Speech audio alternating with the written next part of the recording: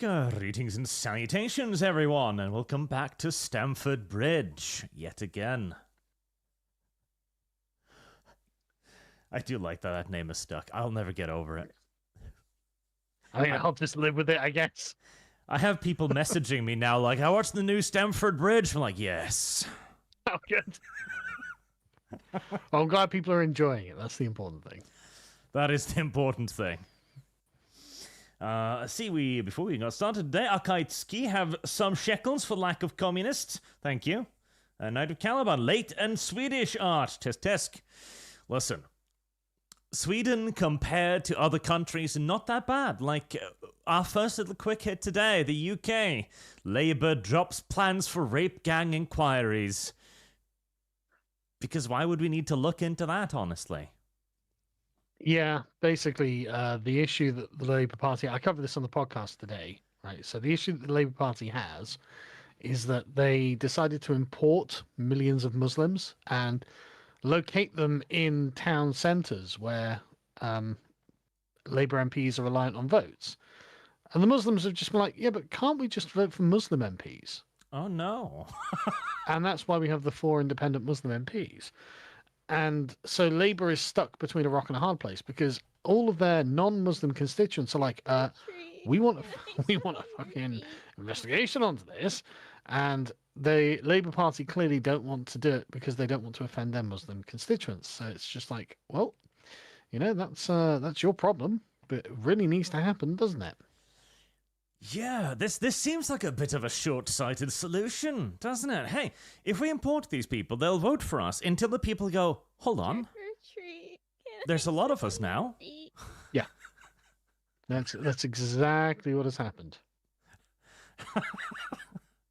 Who could have seen this coming? But the thing is, like, you can look through each. I looked through each constituency where these Muslims existed. They were like solid Labour constituencies going back to like the 70s and 80s until 2024 when the Muslims became the majority in the constituency and voted for the Gaza MP, basically. And it's just like, wow, you fucking idiots. You know, talk about making your own bed. Now you can get fucked in it. You know, as there was some SJW from Gamegate who used that turn of phrase, and I absolutely love it. She was like, well, you made your bed, get fucked in it. And that's exactly what's happening to Labour at the moment. It's genuinely hilarious, to be honest.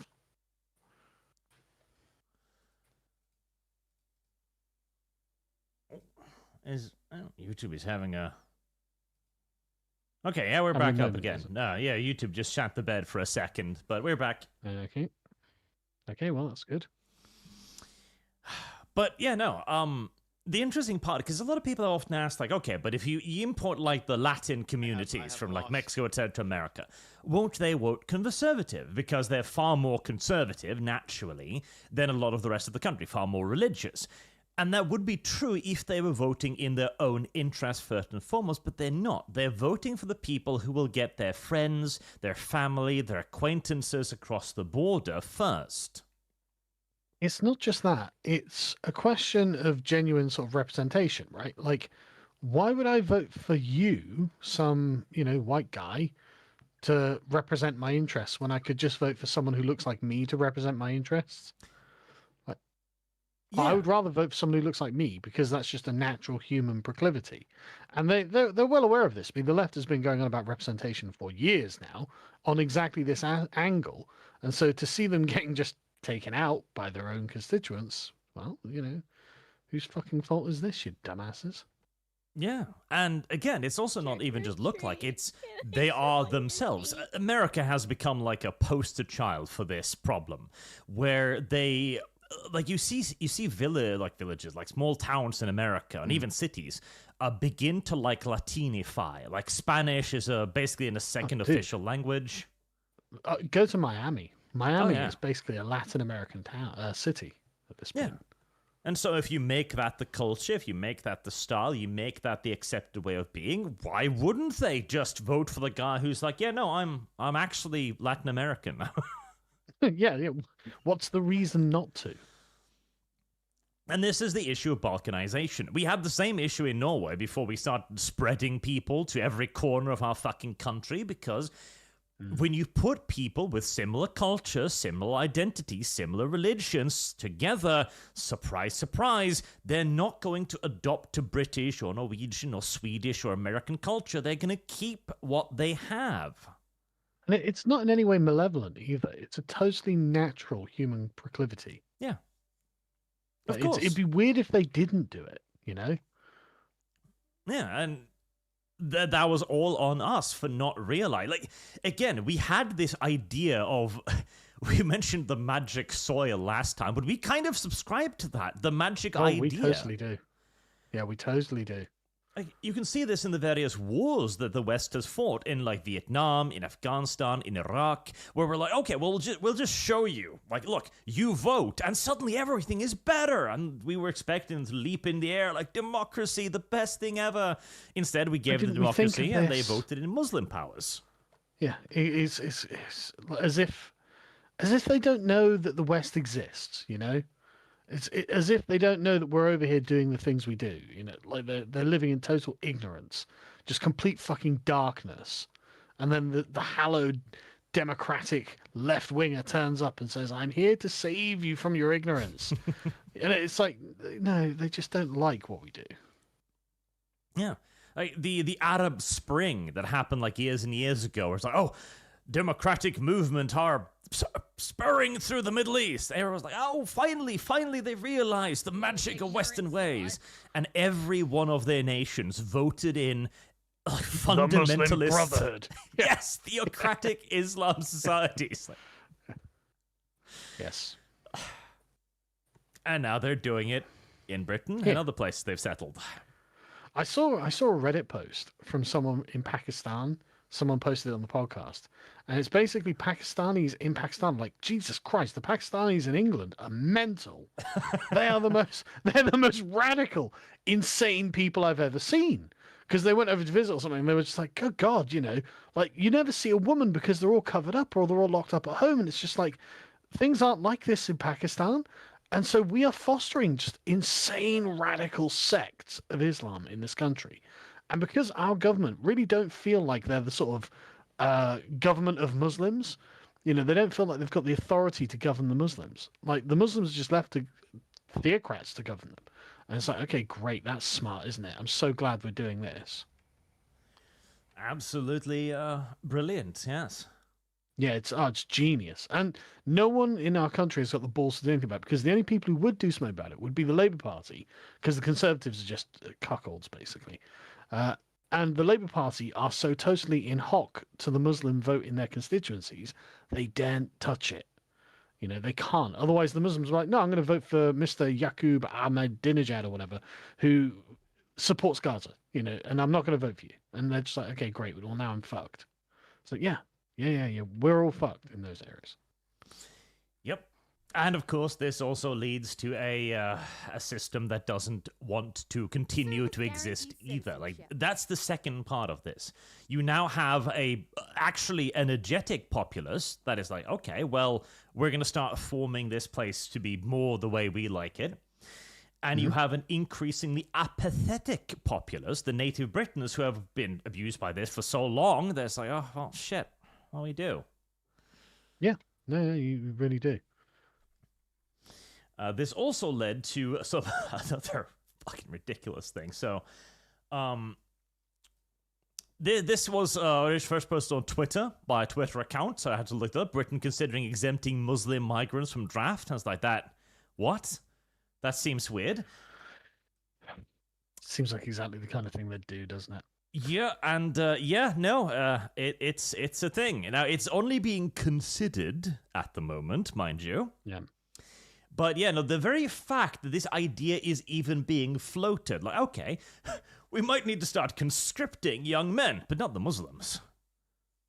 Yeah, I mean, what do I say? You know, I think the correct response is Allahu Akbar. Yeah. Well, yeah, exactly. Why wouldn't I convert to Islam? You know, even if I don't actually convert, why don't I write that on the census? Why don't I write that in? No, I can't. I'm sorry. I'm a Muslim going to the mosque. Bye. What are they going to do? Fucking check? Ironically, okay, the recruitment officer shows up at your doors like, Salam alaikum, brother. Like, Go away. I don't want to go to war for your country. Caught me in the middle of a fast. It's so retarded. Now, again, they haven't planned out any kind of conscription in the UK yet, but I'm sure you've heard about this. They tried to figure out like how many people would be willing to sign up for voluntary service in the British Army in the case of war. And I think it was something like 1 in 10 said yes. I'm shocked. And that, of course, makes the army a bit worried. Trick or treat. Can I sell you Yeah, I mean, feet? I wouldn't let my sons. Not the state of this fucking country. And not for the reasons that it's being run. Hell no. Yeah, and so, of course, the military started panicking a little bit. Like, hold on, we've made so many diversity campaigns where we show that we respect prayer time. Where are the eager young men? Yeah, why aren't they signing up in their droves? Oh, I don't know. Strange. Trick or treat. Can I sell your feet? But this, of course, has then now led to talks in the British Parliament to figure out what they can do, and one of the potential ideas was a draft, which could be as extensive as ages 18 to 41. Send me to jail, bro. Well, no, I'm 45. I'll be all right. But, like, still, just don't... I wouldn't recommend it at all.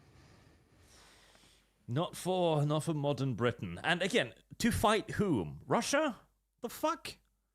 Yeah, When why would I is care about Russia going to invade England? Yeah. Russia can't even finish off Ukraine. Yeah, no. This entire thing is scare tactic, and they're using Russia not because nobody in Westminster or in Berlin thinks Russia's a genuine threat to invading Europe. That's absolute nonsense. How do they think the Russians would get here? Yeah, no. Of course not. This is a smokescreen. They use Russia because it's an hereditary foe. It's like, oh no, the Russians are coming. Just a quick thing there. I don't even know if people in Britain consider Russia to be a hereditary foe. You know the Don Draper meme, I don't think about you at all? Mm-hmm. That's genuinely what I think. The average Brit probably, I don't know. I don't think about Russia. Why would I think about Russia? You know, like this is straight up, this is America is who they're planning on fighting. They're not going to tell you that because it sounds ridiculous. But the elites are planning for this to be a war against the US. Nobody in Berlin feels threatened by Russia. Nobody in Berlin feels threatened by fucking China. Yeah, but people in Berlin are like, them. Russia, please sell us some resources, for God's sake. Yep. This is the people in the ivory towers trying to take stock of the situation and trying to think if there could be a way to resist the US. Spoiler alert, no. Yep. Just no. Yeah, I don't think it's going to happen. Trick or treat. This is a problem that was failed about 30 years ago. Like, America has, 11 supercarriers? Europe has, 0? I think we share a couple of just normal carriers with the French, don't we? Do French have even carriers? I thought they're like helicopters. Let me check. Because I remember a triumphant British newspaper announcing how they'd scrapped their last carrier. Amazing. Go us. The nation of Britain is like, yeah, we got rid of our last carrier. I'm so tired. Here we go. Yeah, France has a Charles de Gaulle. Man, the French fetishize that man a lot. Yeah, they did. The flagship of the French Navy. It's a nuclear-powered carrier. Nice. What's her outfitting? 30 aircraft. Wow. Yeah, she's about, a third of the size of an American carrier? Sure, it'll be needed. And then they've got some helicopter carriers. Now, they were actually planning a proper aircraft carrier, but that was cancelled, of course. So, well, I'm sure if we start building now, we'll be ready to face off against America in our Lord's year 2100. So, oh god, honestly, Europe is just such an embarrassment on the world stage in general. I'm just so tired of it. It is. It unironically is. I'm tired of listening to European elites be like, "Oh, we're going to do something." You're not going to do shit. Sit down. You don't know what you're doing. You're a fucking bureaucratic woman. Be quiet. You don't know anything about war, okay? Am I wrong? No, you're 100% dead on. Oh, let's get Ursula von der Leyen instead of shut up. You don't. You're a bureaucrat. Yeah, no, again, this is a group of bureaucrats after having spent decades destroying the soul of the nations they're in, casting about suddenly as they realize, oh, wait, hold on. Is America realizing that it's the world's only superpower can tell us to fuck ourselves with absolute impunity? Hey, you, young man. Want to grab a rifle? No, why would I? Why would I have any interest in doing anything for you? You've got to fight for the one market system. Yeah, no. Ain't Weirdly, gonna happen. I shall not be doing that. Is not going to happen. It's just like, you honestly think, you honestly think. Aye. Let's see. Let me bring up one of these two. Now, there is, of course, some more stuff that is going to begin happening around that, as the tariffs are now kind of like the EU have come to the table saying they want to negotiate. China is mentioning they want to negotiate and so on. Mm-hmm. The tariffs are an interesting thing because it does kind of looks like they're going to probably work out. We'll see. It's a crazy Hail Mary, but a lot of people don't like to hear this. Yeah. China has been... they came out very strong to begin with, saying they were going to start banning Hollywood movies, and oh no, threaten me with a good time, daddy. Yeah. They've also... Have you seen these TikToks of the Chinese taking the piss out of the Americans making their own stuff? Heresy's the question. The answer. Yeah, I have, but it's like it doesn't hit for me. It like I look at it and just it kind of I don't know. It looks kind of worried because there's nothing like what the Chinese saying. It's like, what, you're going to be as pathetic as us? Yeah. We don't think so. It's like, well, I mean, it's not pathetic to make stuff. Like, there's nothing wrong with it at all. This is genuinely an interesting thing that China has put out here, because this is actually how China works. They are actually sitting by hand assembling shit. There are factories where little Chinese people literally sit like child slavery, putting pieces on dumb dummies. And it's like, look, in the West, we would have machines that do this. Yes. This is not the reality of an American factory.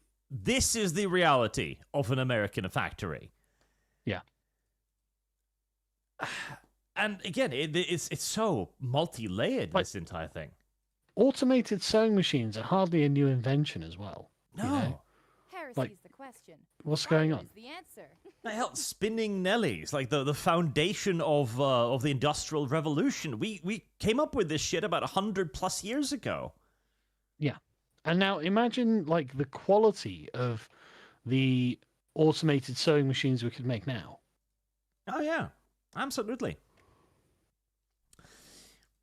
But again, in China, this is what they are doing. When the Chinese create an advertisement like this, they are not representing the reality of an American factory. They're representing the reality of a Chinese factory.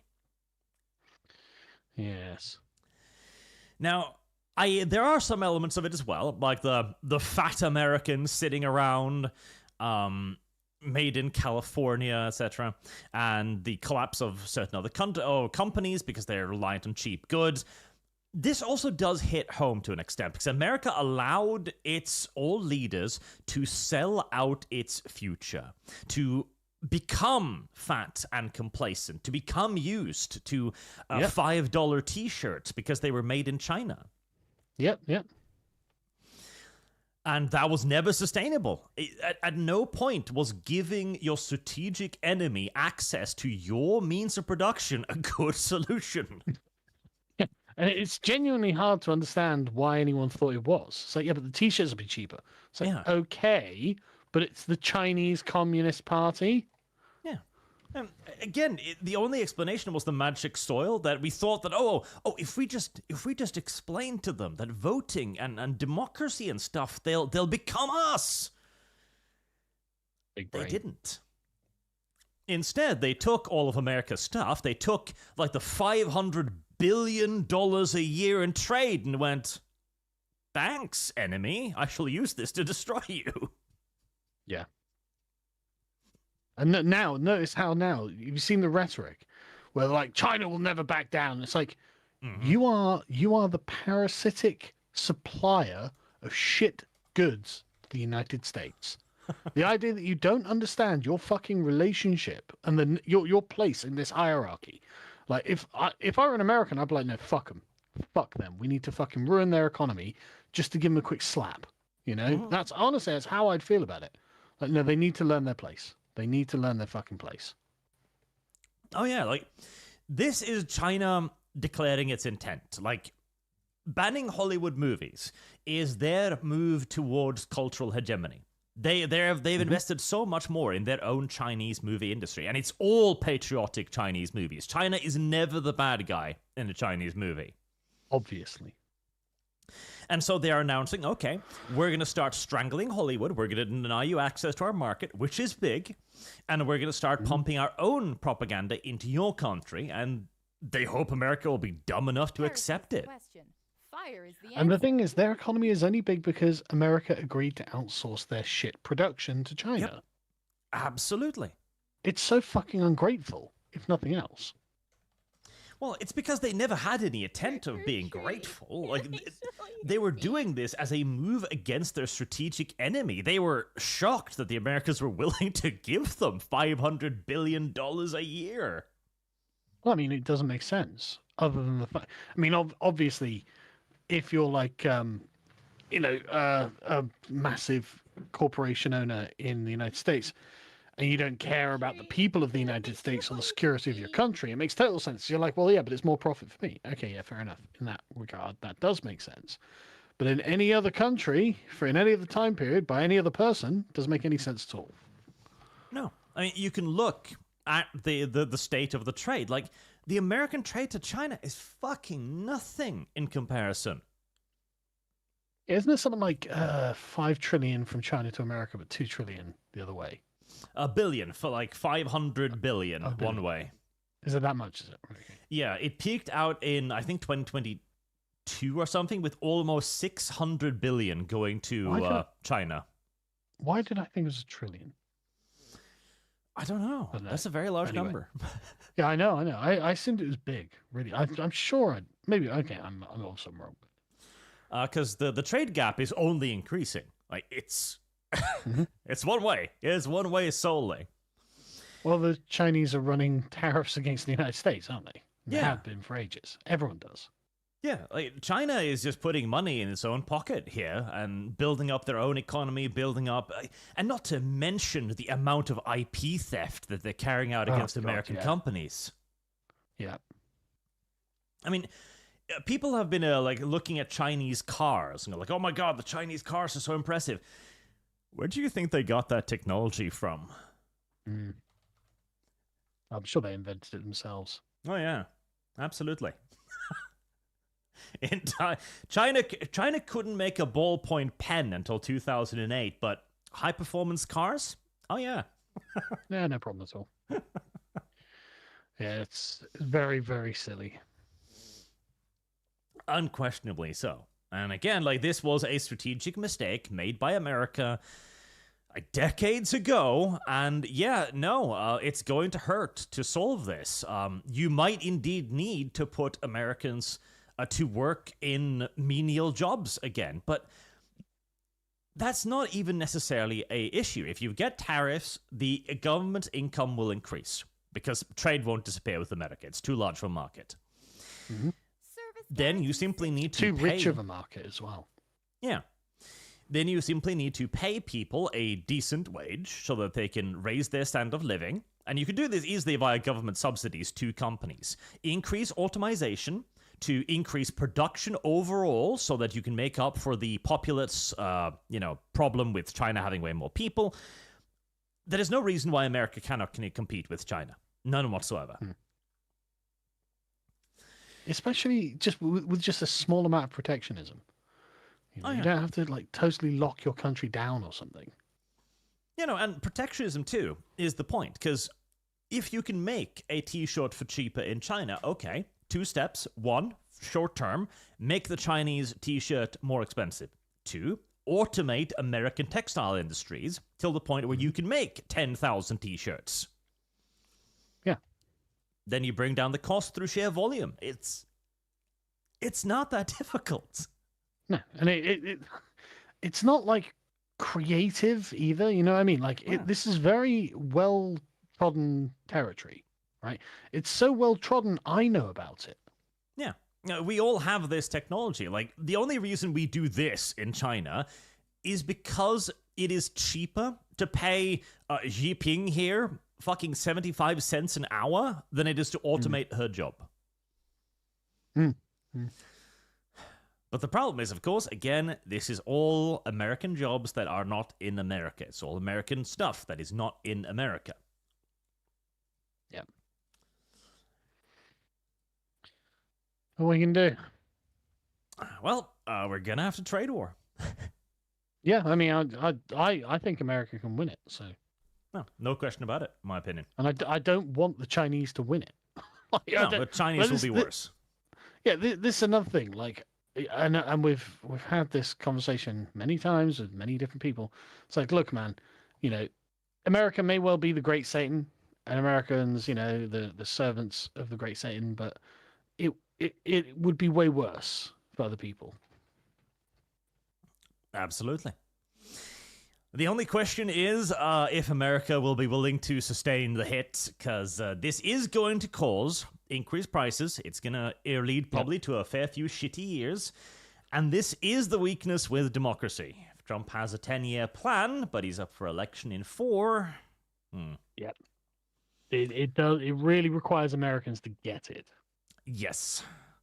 And it requires also the Trump administration to actually put forth this narrative of building America. Yeah. We'll see. We'll see. Although, I mean, a lot of people are getting it.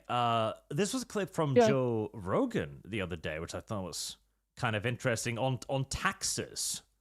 Because they are now pushes towards beginning to abolish the IRS and tax on Americans, which probably a pipe dream, honestly, with the amount of money the US requires to operate right now. But I mean, I very much salute the idea of it, though. Absolutely. And it has to do with what Elon is doing with waste as well. So let me listen to this. What's really crazy to me is when people say the rich should pay more taxes. Okay, fine. But where do you think that's going? Where's that going?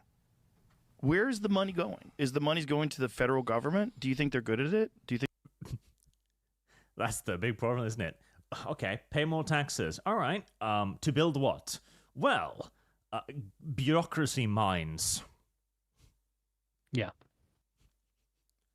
It's the same problem with the EU. Like, our first episode here, we looked at the EU's plan, which was absolute nonsense. One of the largest bureaucracies on Earth is like, yeah, we're failing. We're not sure why, but we'll commission a plan to figure it out. Oh my God. Like, the whole paying taxes thing is beginning to look like a failed experiment. Like the idea, oh, we'll just give the government loads of money and they'll use it well. It's like, yeah, about that. I mean, I do love the idea of not paying taxes. Because the thing is, I'm not exactly one of the world's greatest consumer spenders, you know what I mean? So I would have a lot more money. And that means I can spend more money on services rather than goods. People doing things for me rather than junk I buy for my house. Yeah, like more and more, I am almost entirely for just a sales tax, because then at least you should go, okay, I want this thing. Okay, cool. That's a Right. you'll pay a tax on it, and voila. Yeah.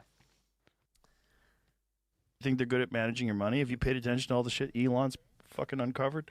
37% is when you make over $609,000 a year.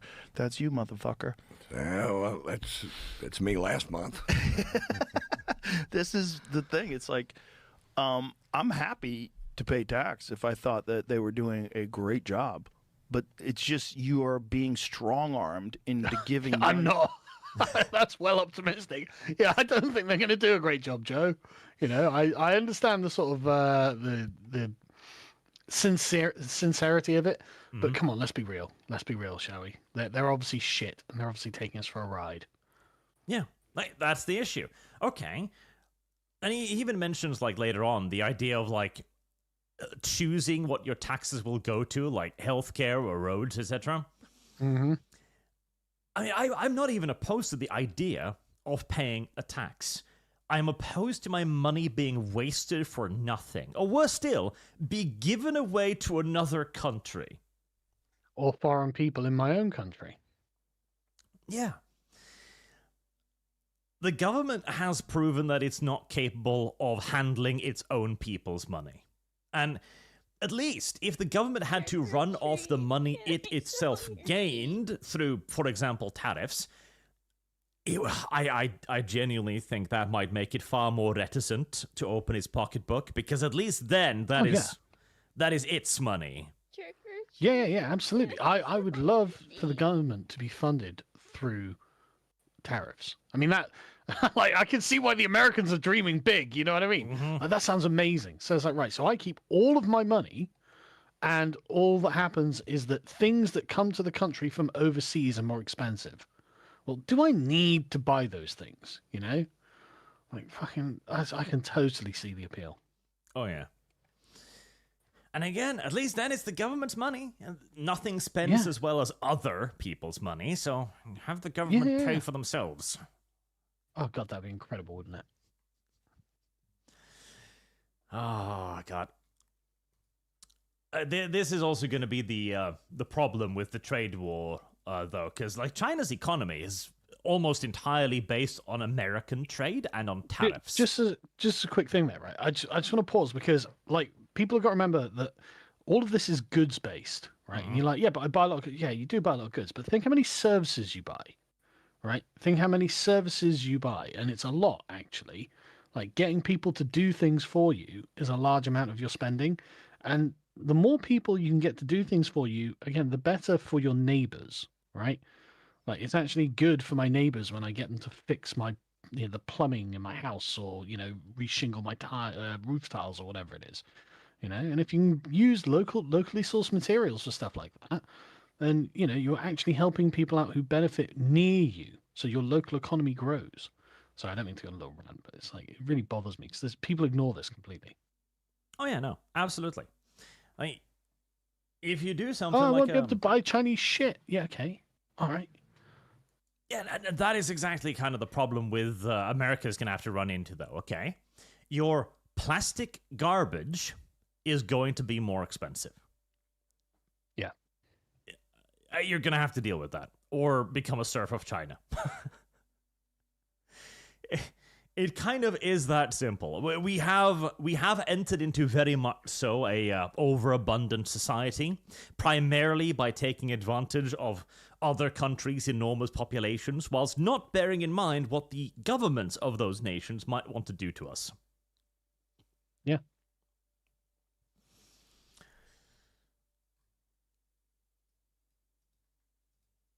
Let's see. Especially as also, I want to point out too, like, services are going to be a bigger thing. As our economy moves more and more towards being automated, services will be the main thing you purchase. Britain's economy is basically a service economy already. Mm-hmm. Like, because you will be buying many more things from, like, say, YouTube is a brilliant example of that. Where are people getting their entertainment these days? Okay, streaming services, a service. YouTube videos, a service. Yeah, you can't tariff my YouTube videos because they don't cost anything to watch. Mm-hmm. And eventually, as the service industry grows larger, simply because our hardware industry grows more automated, you will gain an even greater amount of selection of services. Like, the ideal is the AI-generated movies future, where anyone can make their version of Lord of the Rings, so their favorite novel. And people will watch that and go, okay, well, I like this specific thing. Somebody else likes this take on it. So everybody has something for them. Yep. That, too, is dangerously close. I came across this ridiculous post a few days ago. This is one of those idiotic, like, Twitter people who's like, this is how you can earn so much money. Pure fucking bullshit, by the way. Yeah. But this is supposedly AI, and I'm not 100% sure I believe it, but honestly, I've lost the ability to tell the difference at this point. I mean, it could be AI, but I doubt it. It does look a little too good. But it'd just think of the hassle of getting it done, right? 'Cause, I mean, like, with an AI thing, you have to spend hours refining it so it doesn't look like stupid shit. Or you could just pay some chick $50 and be like, look, I just want to record you going in here and I'm going to tell the internet it's AI. Yep. But there are It might be entire true. sites sprawling up to try and do like AI influencers are a thing these days. Thank God. So glad technology saved us from barbarism. Let's see. There we go. AI influencers. Lou du Magalou. Here we have AI influencer. Goddamn cringe fucking shit. But 7.7 million followers.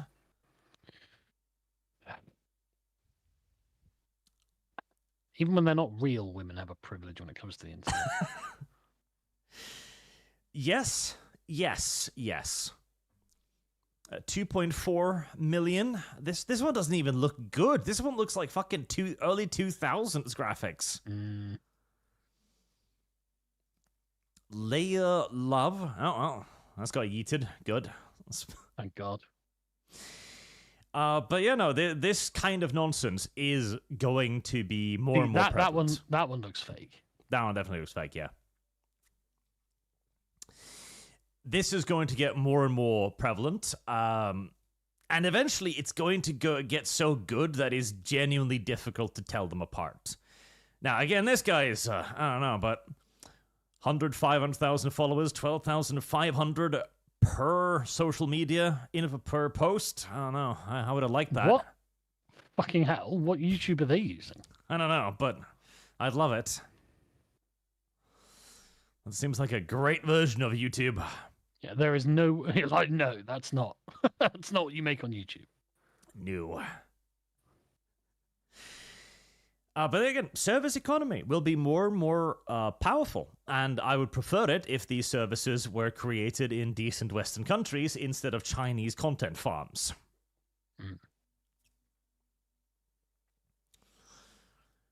Right, let me do a few of the super chats, and then we'll watch some of the funny little behavioral videos I found. You ignorant slut. The Nils Artax, I'm not paying you to start your stream late, Art. Hippity hoppity, start your stream properly. Hey, you came here after we started. If anything, you're late. Yeah, trust us. We're very on-time people. We are. The thing is, it's a kind of competition as well. Whenever we have a meeting, like, I'll get there a couple of minutes early, and Arch will have been there for 5 minutes already. It's like, for fuck's sake. Yep. Grammatron 3000 started watching the video Sargon put out today and have to wonder how much of that is just due to malls continuing to die. Right, so I put up a video just walking around Swindon Town Centre, just to show people, look, the place is collapsing. It's not, the thing is, we don't have a mall in Swindon Town Centre. In most British high streets, the street itself is the important thing. So if people are just like not going to the shop, then the shops close, right? Foot traffic is important to these things. And so if people don't go to them, then they just close down. because no one's going to them. That's not how things used to be. Things used to be like really busy, obviously. And so now we're just at a point where the high street itself is just completely decaying, and everything in it is being replaced with gambling institutions and just shit foreign shops. And it's just like, does it have to be this way? Like, yeah, I was meaning to watch this later. I watched a little bit of it. And like you come up to a place here, like a restaurant with blacked out windows. I'm like, that's not a restaurant. Oh, that's exactly what I say in the video. Like this is not a restaurant, right? Restaurants don't have blacked out videos, because we went in there once, right? Callum wanted to go in there, and so we went in there, and they seemed genuinely surprised that someone had come in. Yeah, it's like, oh right, yeah, okay. It's yeah, probably some local gang then. Yes, and like they made us like plates of boiled rice, but it took like an hour. And it's like, fucking, what is going on here? This is not. No, obviously it's like blacked out windows, restaurant, big ethnic windows. Yeah.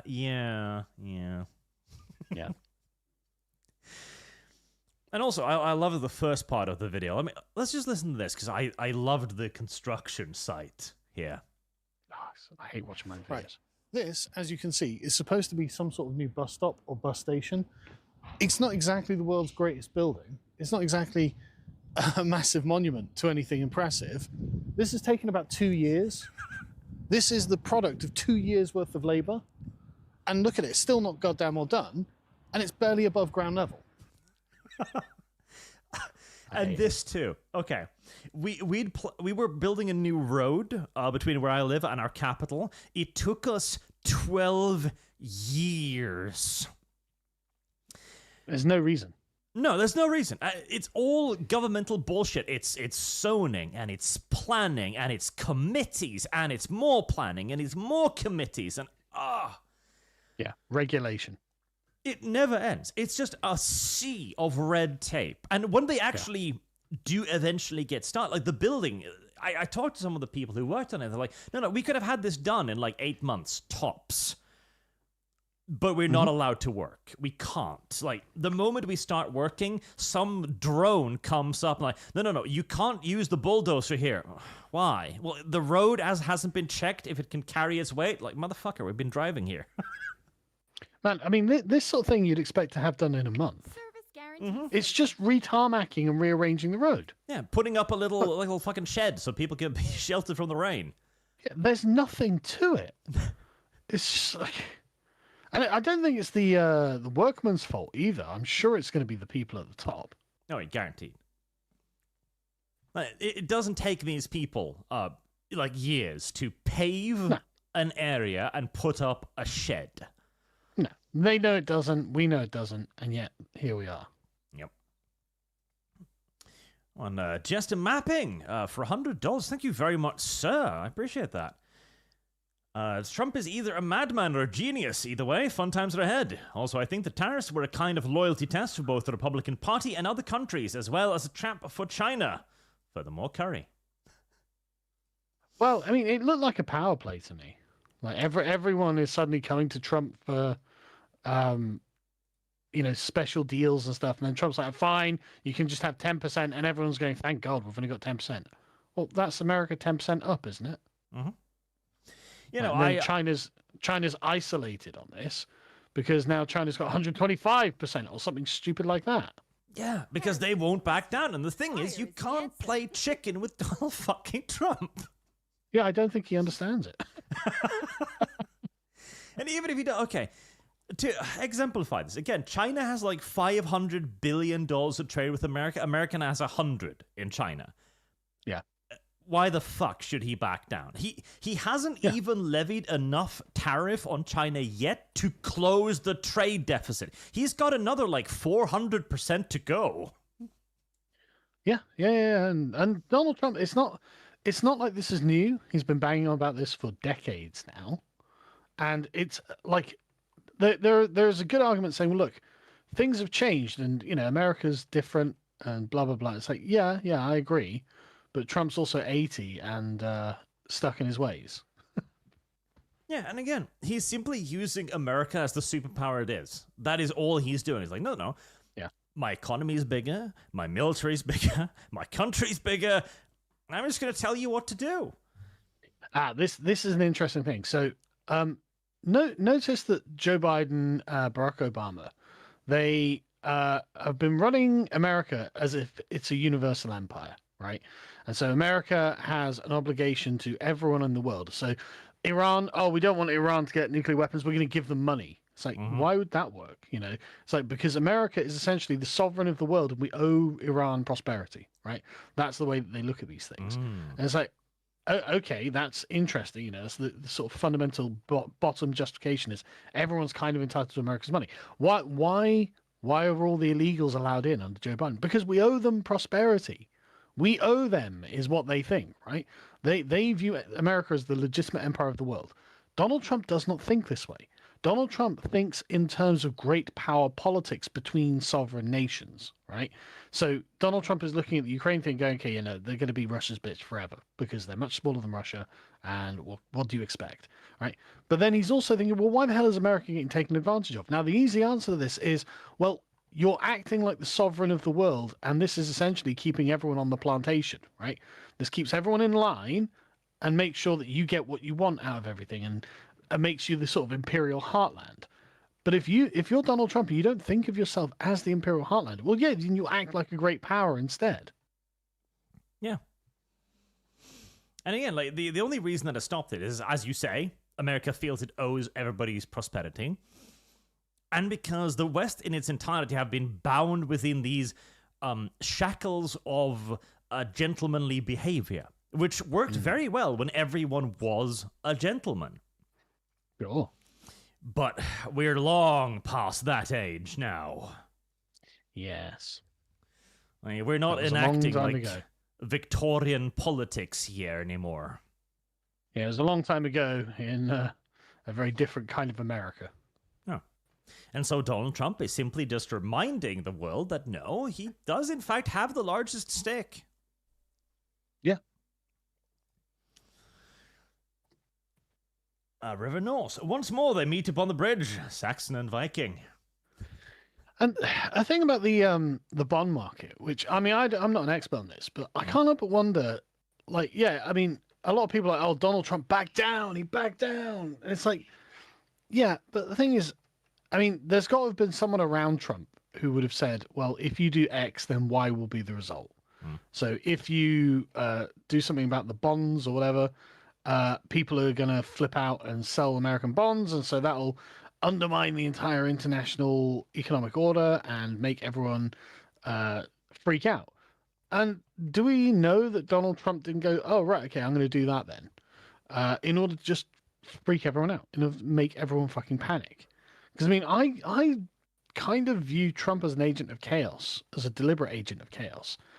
And I think that he does a lot of these things, not with a plan, but on purpose. Do you know what I mean?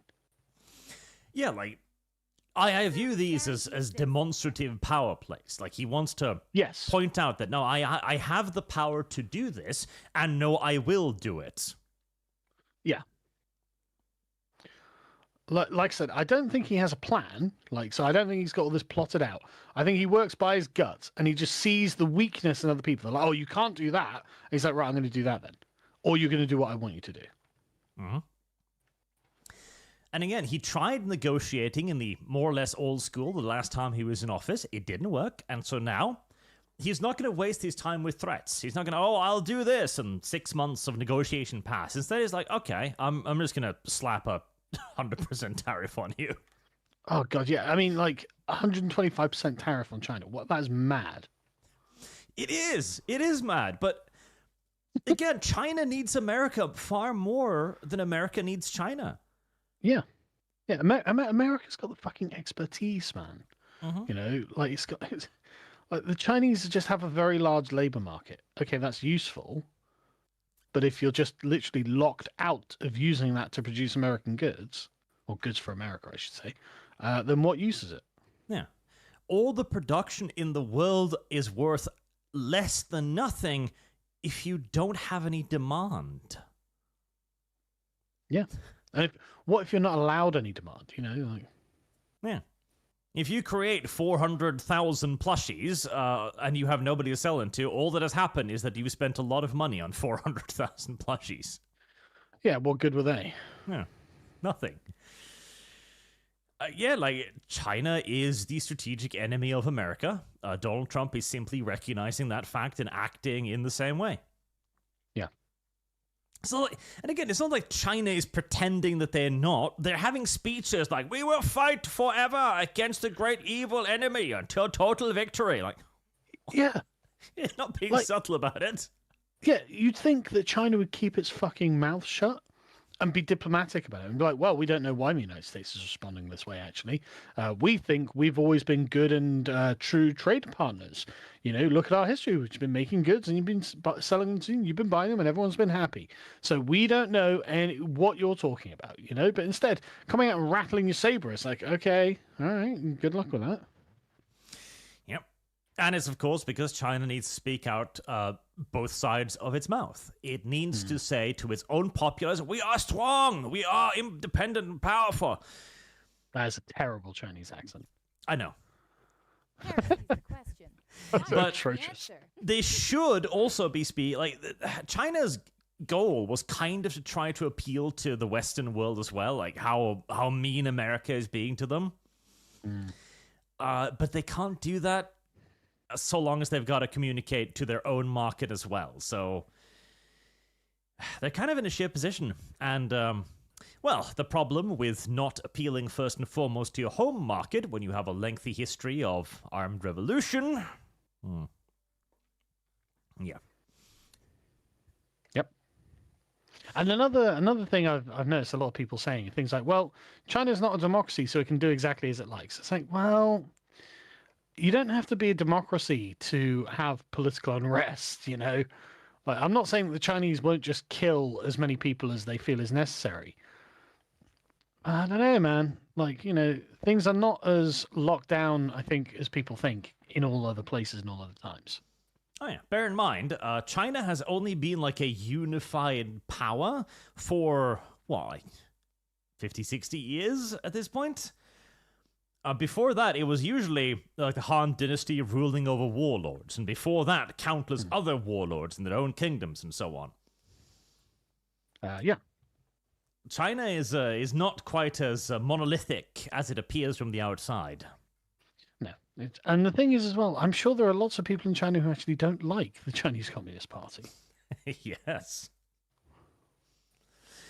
And the problem with violent oppression is that it works up until a point. It is far easier to make people think that they're all happy than to oppress them. And to do that, you've got to give them a common outside enemy so that they will feel that they are, sacrificing for the good. It's what the Soviet Union did.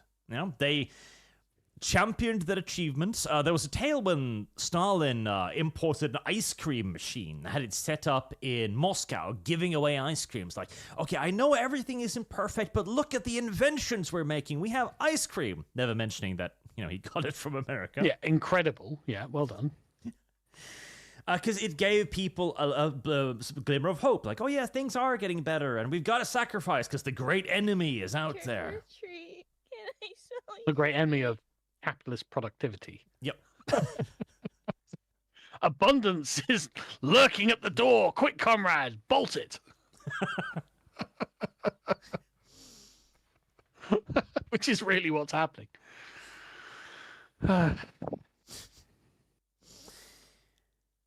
Selection Doppelganger. EU are jailing candidates. They have taken the soapbox and now the ballot box. We know what box comes next. I mean, again, the EU is treading dangerous waters right now. Oh yeah. The ban on political activism on Marie Le Pen, that doesn't look good. That doesn't look good crazy. to anyone. It's fucking crazy. Don't know what they think they're accomplishing with this. In England, the two-tier justice system was only barely stopped by legal action at the 11th hour. No. We still have a two-tier justice system. It's just informal rather than formal. That's the only That's difference. true. And in Germany, there are still cries to ban the AfD. Like, democracy too has certain strains. Eric Just, what books should I read about the Dahomey tribe? Oh, God. I mean, probably anything you can get your hand on will be good. I think I read about them first in a magazine. I don't remember what that book that was quoting. But initially, literally just Google them and you'll get... They're one of the more written about African nations, simply because they were a prime exporter of slaves. Yeah. There are some much worse places, though, than Dahomey. Benin is one of the worst. There are accounts from the British conquest of Benin that just make it sound like a chaos, like corn city.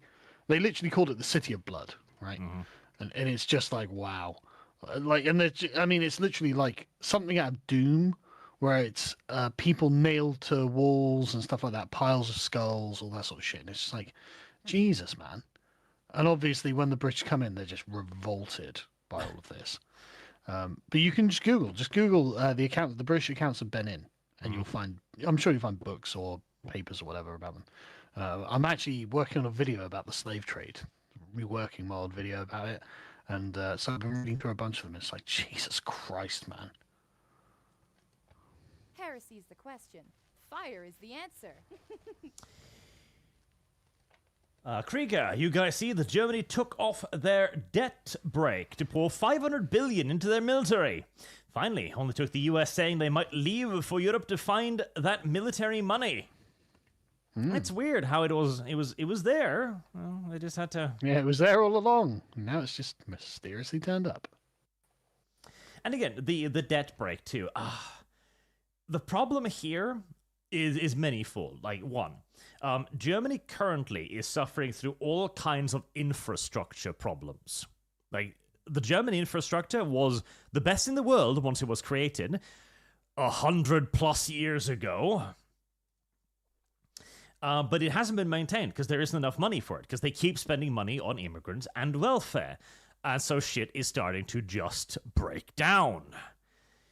And Germany doesn't have any money to fix it because, again, they're spending all of it on welfare and nonsense. And now they need to spend 500 billion on their military. They are going to spiral themselves into the same debt trap as America at this rate. And it's all because, yet again, Europe is pathologically addicted to being like the welfare state, of being the most luxurious, opulent shithole ever.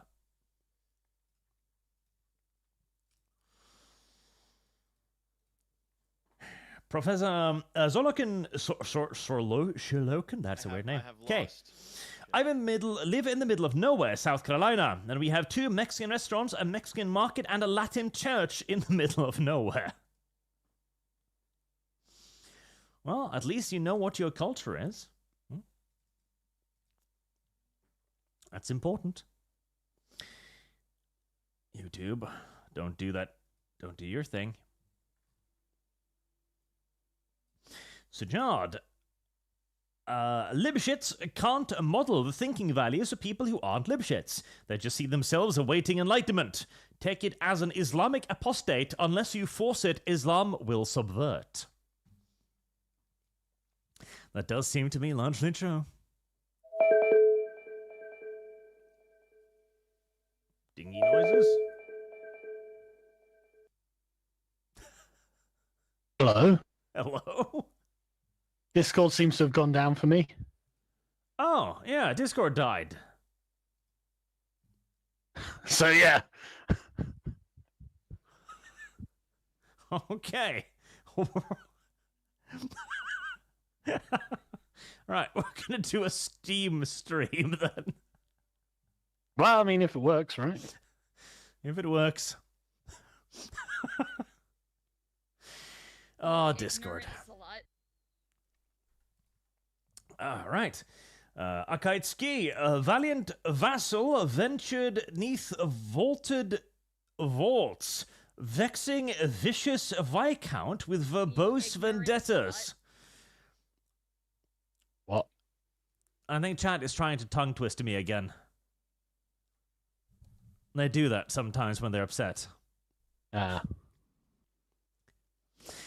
Father Jack the Enlightened, England, how can we ensure foreigners conquer us while getting rid of the saviors of our country? Let's draft them, and not the invading class.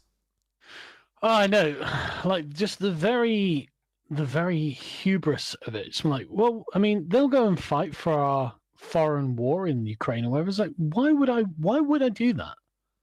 Why do you think I give a flying fuck what happens in Ukraine? There is something to that too, though. Like, okay, so hey, white man, go to this country that has nothing to do with you and fight the Russians. Meanwhile, Ahmed will comfort your wife.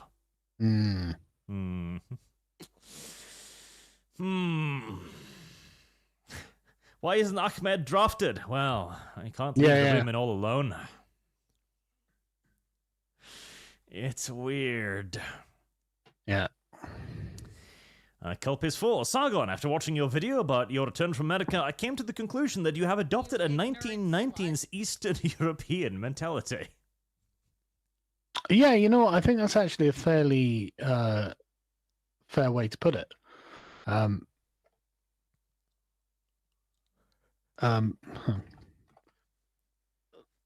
didn't think of it like that when I was saying it, but yeah, it is very reminiscent of how V describes it in Romania. How so? Like the benefit of balkanization? Well, maybe.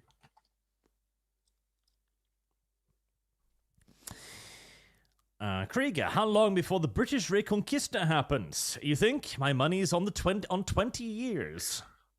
Well, basically, it requires people to become completely disillusioned with the two main parties. And be willing to vote for something that's quite outside the consensus, right? Mm. Well, I think we are heading in that direction. But the problem is that the outside of the main parties right now, which is Reform, isn't quite as outside as one would like. No, and the thing is, well, like in many ways, we're kind of slaves to the system. Like people in Britain are not well educated politically, and don't really know what they ought to do. That's one of the great, quote, oversights of Western education system, isn't it? We live in democracies, but we never taught anyone how to engage with those democracies. Yeah. Strange. Heresy's the Very question. strange. Fire is the answer. Totally coincidental. I wonder, is there any way for me to stream my Scream to you on Steam? Because Discord seems deader than a doorknob. Yeah, what's happened here? Tariffs didn't get Discord, did they? If only we were so lucky.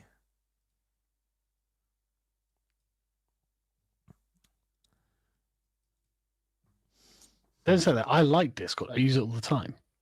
Oh yeah, it's an incredibly convenient tool.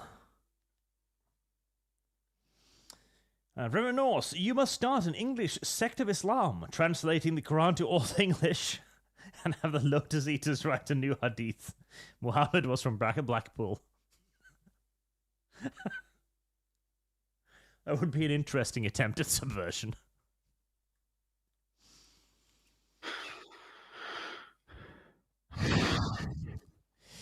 Skibra Zinjiski. Yeah.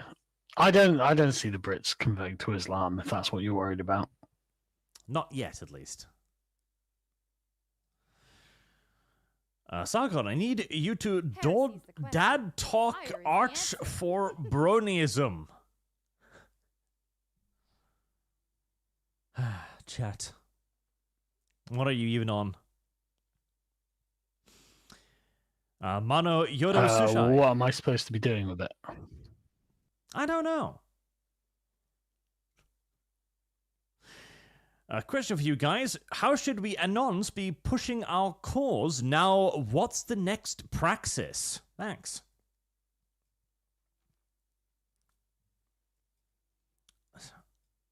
The Steam thing is acting up too, isn't it? Oh, well, in what subject? Well... No, I can hear you, but what, like, that's too broad. Ignorant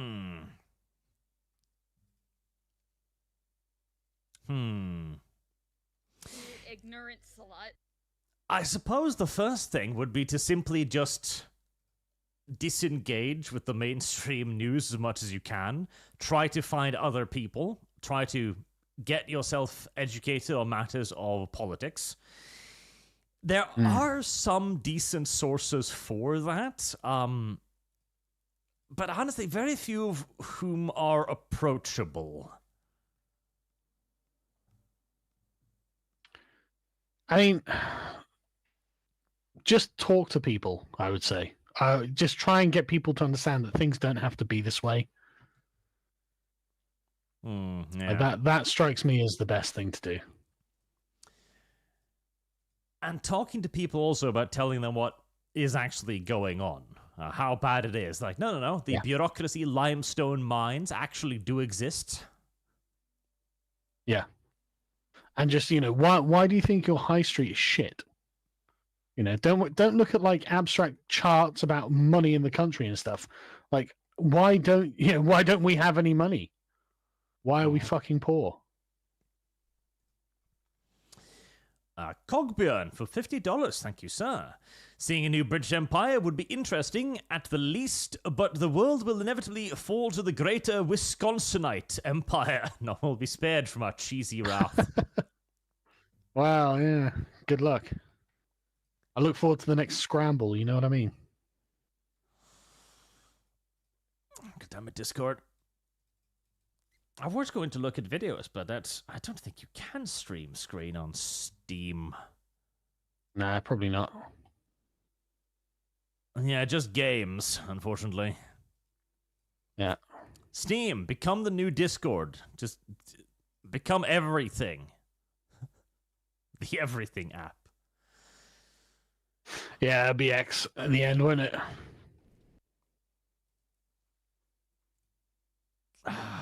We need to replace Discord with X. Well, Elon needs to crack on.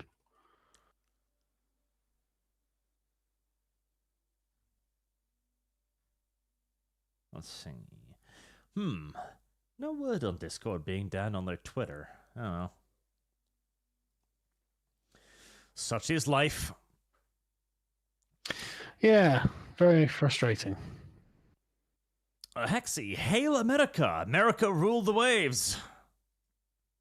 At the moment, yes. Kind of inevitably so. Yeah.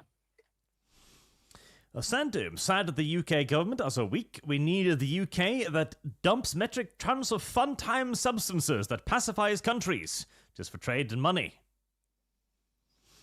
Gunboat diplomacy. That was one of the most interesting little aberrations of human history, where nations would enforce other nations' debts to them by just showing up and threatening to bomb their cities. I mean, it makes perfect sense. Do as we say, or we'll blow you up. We have cannons. You do not. Now do as we say. Yeah. It's a fairly universal language. The Last Russian. Sorry, It's hard to be misunderstood. Late. More live Swindon content. Please, Carl. Swindon streams. Just walking the streets on... Well, I don't really know how much I can actually do on Swindon itself. Unironically, I suspect the local gangers might become upset with you if you show too many of their blacked out restaurants.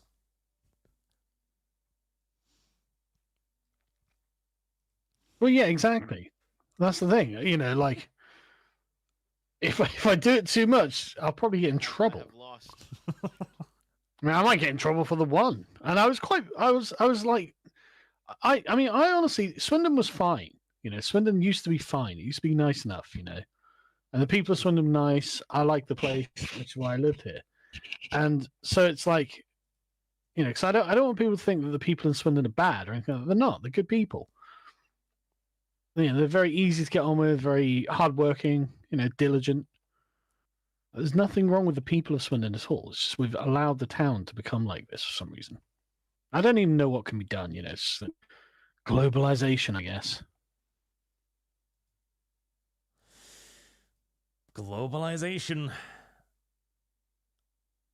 Someone's saying I can add my browser window to Steam. Huh. I have no idea how to do this. I have never done this before. This has not been necessary up until now.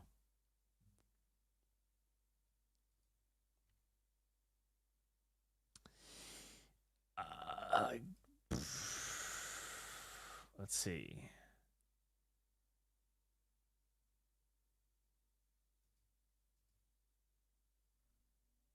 Stuff. Tabs. Things. Words.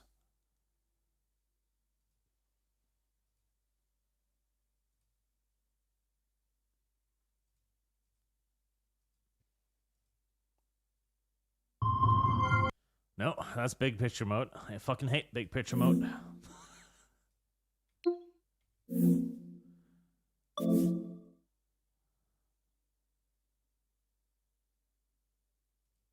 Leave me. There we go.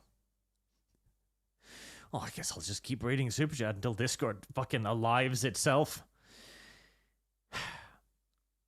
Father Jack the Enlightened, bet the euros, give their pew-pews willingly. Looks like a bad idea in hindsight, huh? Haven't heard many Americans are pew-pew hungry savages recently.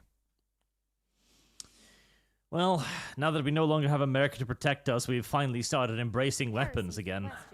Fire is the answer. We'll see how that works out. Grammatron 3000, I'd put money on a percentage of any European pop being happy to be taken over by the USA. I mean, compared to EU or China. Krieger, tariffs are the biggest enemy of the Chinese. Their entire economy is based on exports. Scorn. Yes, exports and artificial Fire is the answer. infrastructure projects to attempt to pass money from the government and into the hands of the people. Which, I mean, do work, but you can only build so many highways, unfortunately. A lesson even the Germans learned.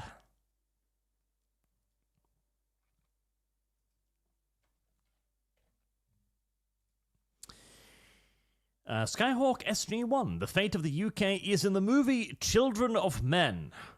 I don't think I've actually watched that. Children of Men. Heresy's the question. Fire is the answer. Dystopian action thriller. Wait, did it close the... Did it close the damn thing? God damn it.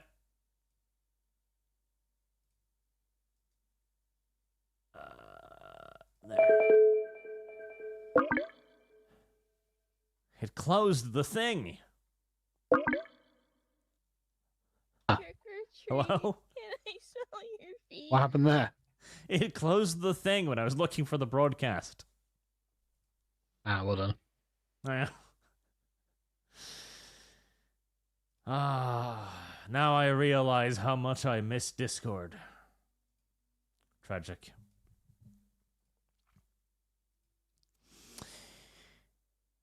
Krieger, said it before, say it again. The Cold War ended and we went from building better tech and better people to finding better slaves. The doom of any proper society is defeating its enemy. Right, so what's happening? Literally just going through the super chats. Discord seems. Arch, have you closed the chat again? I haven't. Hello. Oh, God help me! Can you not hear me?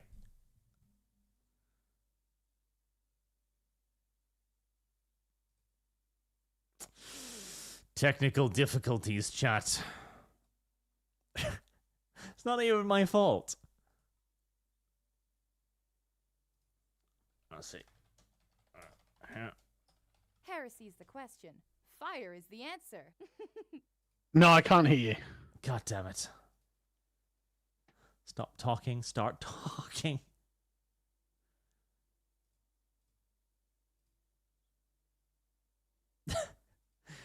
Right, chat. We're doing this via Discord's typing back. now. Oh, is Discord back? Oh, my Discord is back. Cut it. You know, chat, I don't think we've ever done a text-based stream before. Maybe we could do that. I'll just stream a chat log.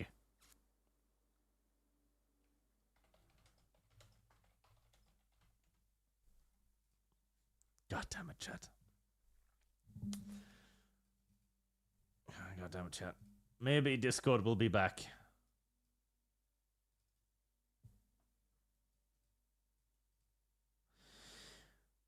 Elevated API latency. Apparently Discord is just shitting its bed.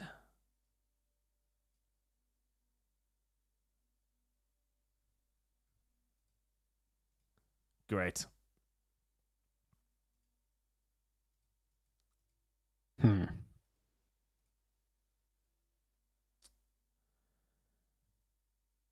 Let me see. Let's leave the voice channel. Try again. Can you hear me now? Oh.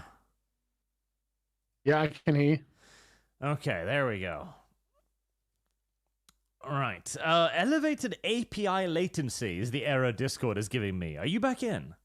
How's it going? Hello?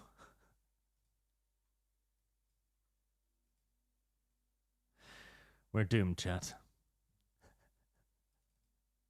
Do you hear me? I do. I hear you.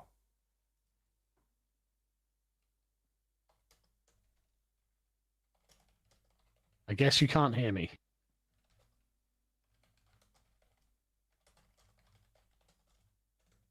Oh my god.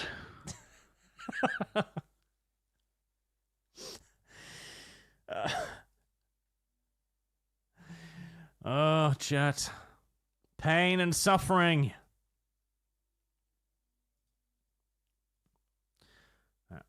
I keep trying to reboot Discord.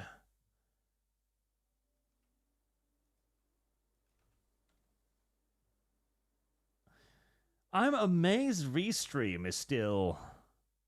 Yeah, everything else... Tree. Can I smell your feet? Everything else is working, just not this. Brilliant.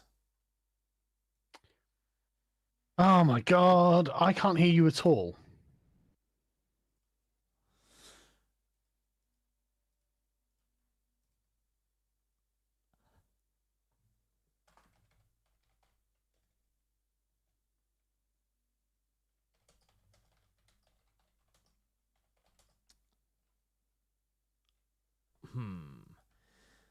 Let's see. Can I change input?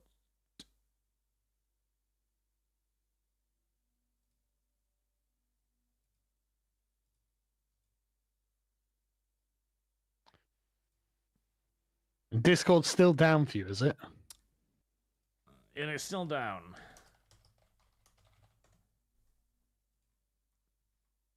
Oh my god. Let's see. Line.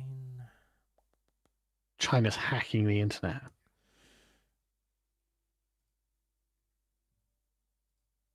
Let's see. Can you hear me now?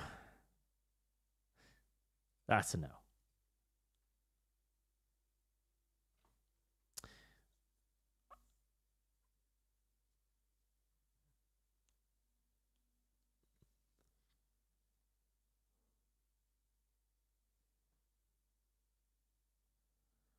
I have lost. Shit. Can you hear me now? Nope.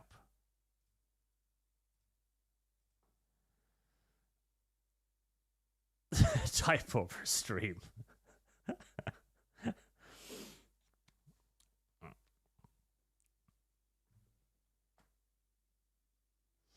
Well, chat, I don't think we're going to be able to fix this on the fly, I'm afraid. Unless Discord comes back.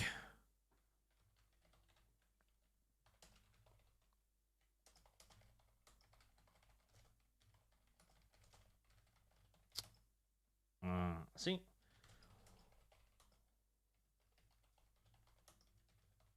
You ignorant slut.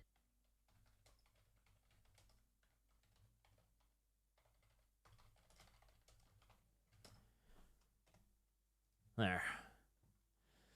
Try using Skype next. Buckumus. You only show up with bad advice, don't you, old Bucky Bucky? Unironically, I guess we should have used Skype.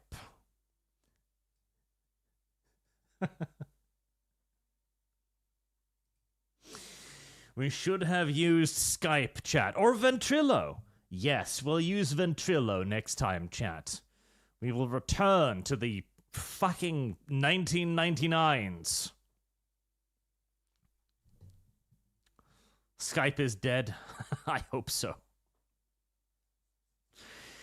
God damn it. Okay. TeamSpeak. Yes, chat. TeamSpeak. Zoom. WhatsApp. MSN Messenger. God, we're delving deep now, chat. We are delving deep now.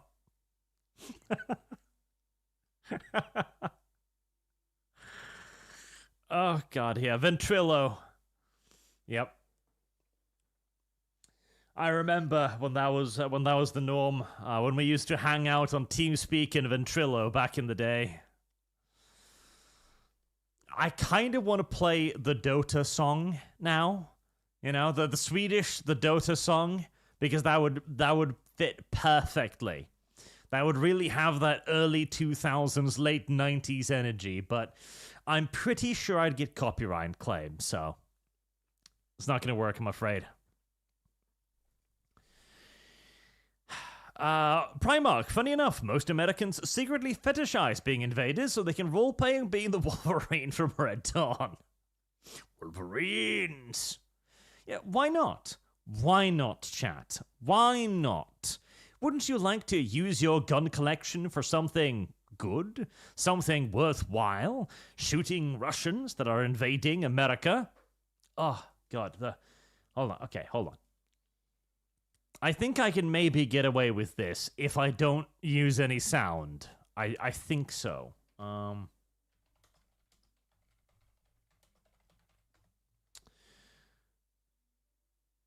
Is that the one? Yeah, that's the one. Right, immediately pause it, and then mute the shit out of it. Listen. This is still, like, one of the best cinematic trailers in gaming history.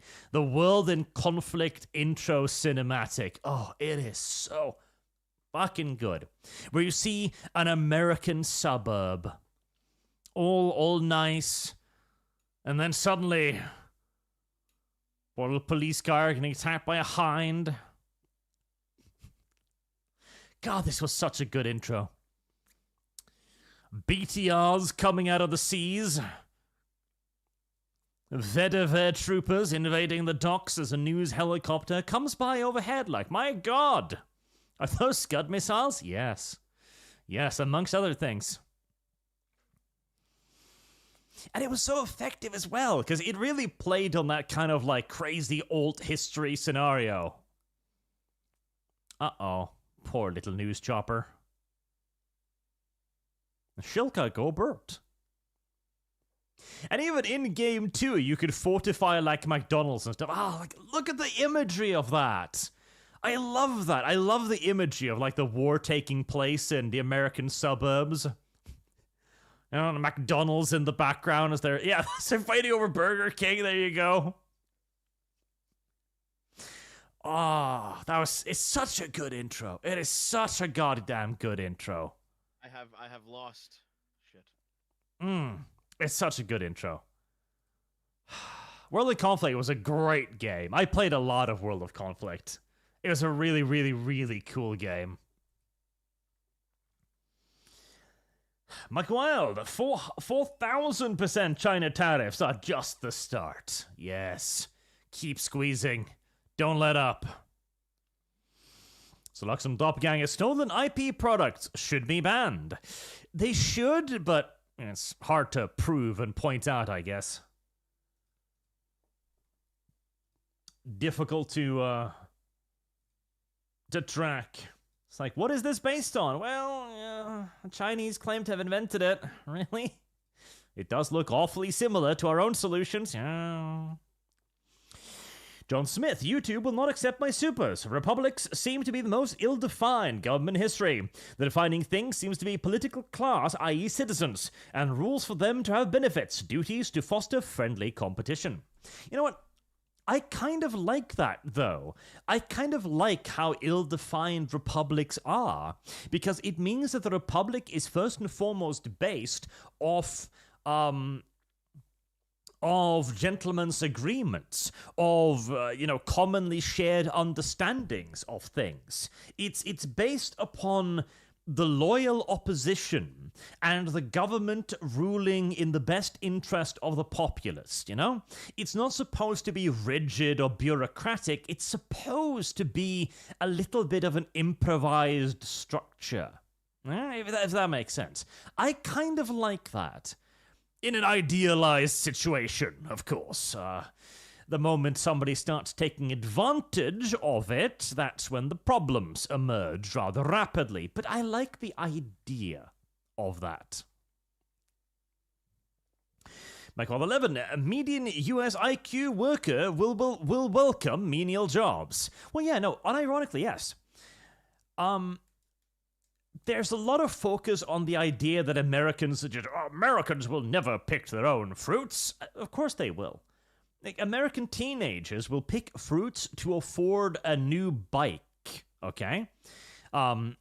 American people with low income that simply want to support their families will work a menial job so long as it pays a wage that they can actually live on. Of course they will. It's not like Americans have grown so incredibly spoiled in the last few years as to be, utterly uninterested in working for a living. I don't believe that. I really don't. Michael 11, Elon's second term will make IRS and others obsolete. We can but hope. We can but hope. Harmonic Drive, Warhammer action figure server got an angry cuz tariffs. Said they will not work out and accused me of being stupid for neutral consume product pro neolib. Listen, American, you must stop tariffs so we can sell you plastic toys. I mean, that is kind of the point we have arrived at, though. Give up freedom and economic independence for plastic. Don't, America. It's a foolish thing. It's a silly thing, and you shouldn't do it. It's very, very silly.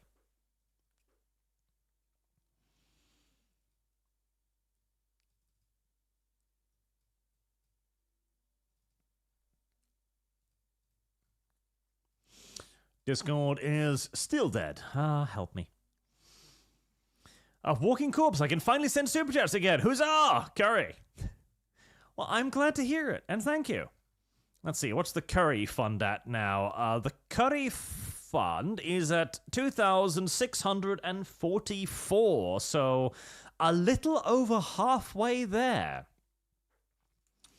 Rafit Alustro simply says nothing, and then goes on to say the US originally only had tariffs to fund the government. They did indeed. The government would be funded exclusively through tariffs, and what was wrong with that? That was the perfect solution to a problem that we later invented, which was ballooning government costs. That was the issue. It isn't that the government can't be run on tariffs. It could, and it was. The problem is that the things we desire the government to pay for just kept increasing again and again and again, largely due to politicians promising more and more stuff without the ability, or in half the time, the intent to actually deliver on those things sustainably. And so, more and more welfare, more and more benefits, more and more free money to other nations. It wasn't a good idea. Like 11, AI Archwen and Sargon get coding scrubs. AI Sargon.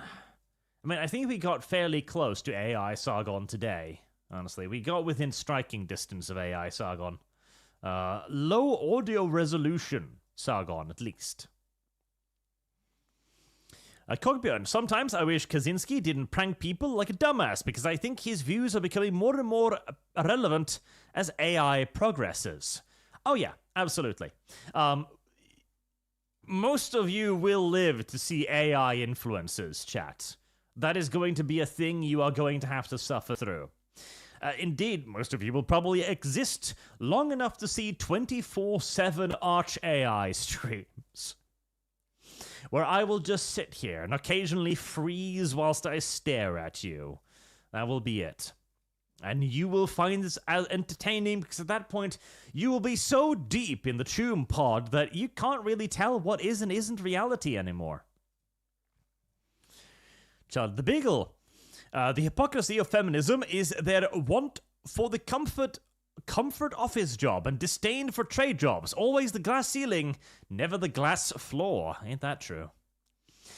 You have yet to see, there's always quotas for boardroom jobs. There's always quotas for being on the board of a big company where you get paid a salary for basically doing absolutely nothing.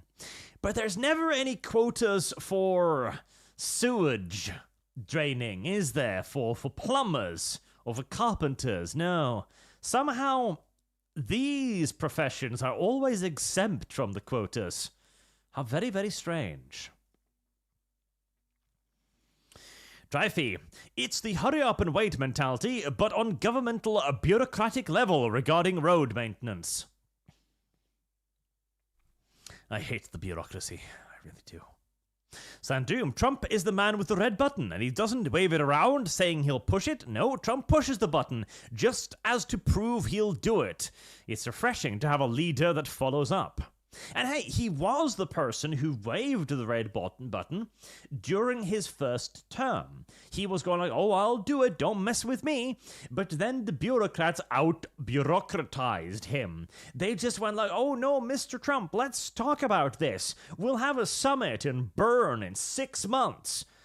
And then he went to the summit in Bern 6 months, talked about absolutely nothing, waved his button around like, oh no, don't do that, Trump. We'll have another summit in another 6 months, and so it went, until absolutely nothing was achieved yet again. This time, he's skipping that part and simply pressing the button. Micro 11, China has communism with nationalistic characteristics. How did that work out for the Austrian painter? Romance of 3 kingdoms in our lifetime? We can but hope. Ranger Hale, the rest of the world has been ungrateful for American protection to the point they couldn't conceive of free trade going away. And free trade on America's expense as well. Walking Corpse, the US has resources, workers, land, expertise, and capital to do everything within its own borders. We can rebuild our manufacturing sector. You can, and you should, and you must. You just need to live through the growing pains, because it is going to suck for a while, for quite a while, probably for years, but it's got to be done. Jody Buchner, I was wondering about Sargon's slavery video. It was great seeing people react to the old ones. Well, before our Discord died, he did mention that he is working on a new one, so soon, quote unquote. Tunisia, democracy as a system of government only works with enlightened people who are tolerant of disagreement. But we've become so enlightened, we've burned out our sight to descend to darkness once more. The darkness of absolute tolerance. Flexing Potato, did you guys hear about the dire wolf situation? I'm honestly pretty excited about it and the implications for genetic engineering in humans, such as curing genetic diseases and overall alleviation of the human condition. Or, better yet, finally, catgirls. Listen, I don't give a shit about dire wolves. I want catgirls. I want catgirls yesterday. I want fox girls. I want bear girls. I want hippo girls, if you desire. I want every type of animal-eared, fluffy companion you can imagine that can be owned at one's discretion, so long as one takes care of them, of course. That must be the end goal of genetic manipulation. Simple as. Akabounds 999, as always, Steam to the rescue. Overlord raising hell.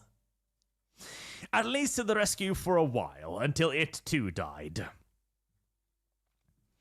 I guess the internet in general is having a hard time today. Mario Trujillo, EU, let's mess the French and the Germans. It's not like they have a long history of rebellion. What could possibly go wrong? What could possibly go wrong? That is always an important question that one should ask oneself before saying fuck it and throwing caution to the wind. Now, unfortunately, it is a question also very rarely actually raised. Tragically. Trick or treat. Lord Kamina, I want Lamia girls. I mean, listen. Oh my god, Discord is live. Or is it? Or is it?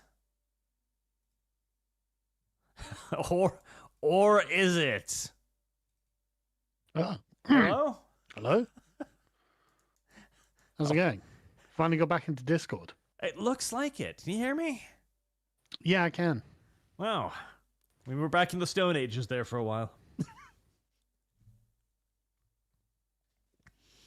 Yeah, I mean, don't know what I do without Discord these days, to be honest. True. This is where all of my artists are. Are you still live, or did you end the stream? I am. I haven't gone through all the Superchats yet. Right, okay. Right. Let's at least enjoy the dumb little diversity videos. Then we can wrap it up there. Go on then. Once I find my screen again. There it is. Prepare to have your ears blown out, chat. As these all start at maximum volume. Right.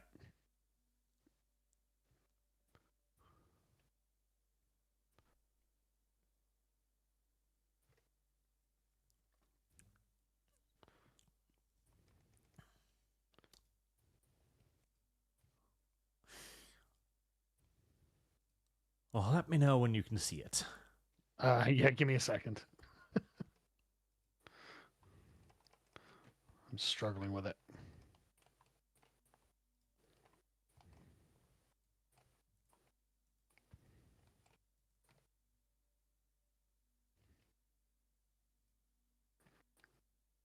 Come on.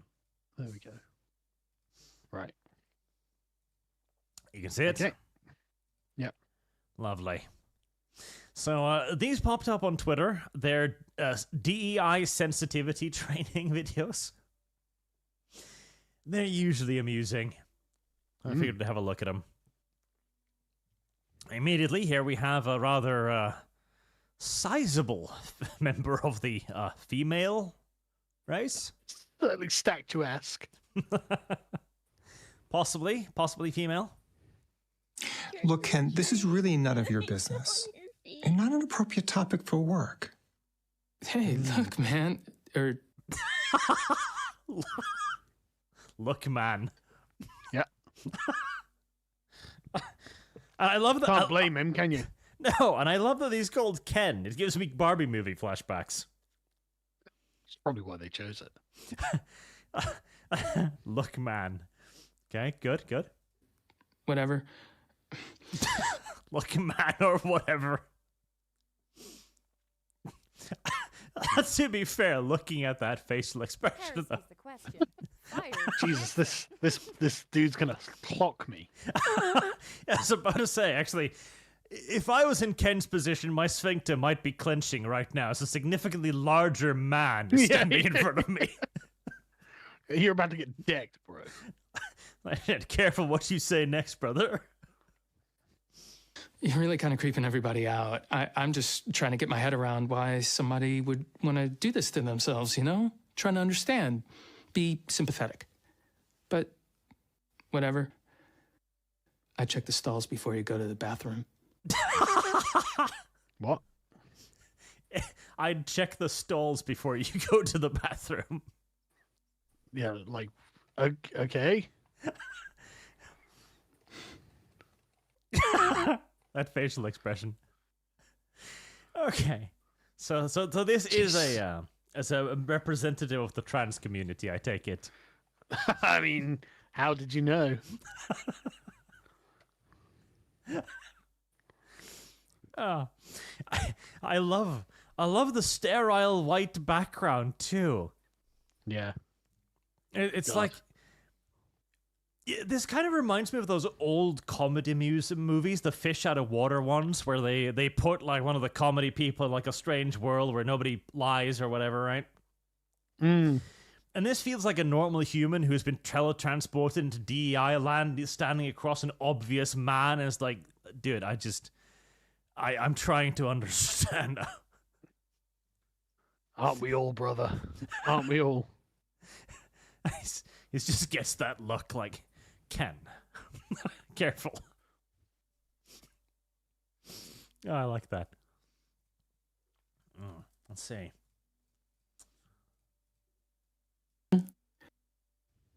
I hope we have more of the madam. Okay, I get it. You know, though, obese people aren't a protected class, and surely you've noticed Ed and the... Where do obese people come into this? I'm not sure yet. So, obese people are protected? Okay, I get it. You know, though, obese people aren't a protected class, and surely you've noticed Ed in accounting is really packing on the pounds lately. He's going to need his own area code soon. Do you think we should tell him we're concerned about his weight? I mean, can't be healthy to be carrying all that around, can it? Probably not. I mean, yeah.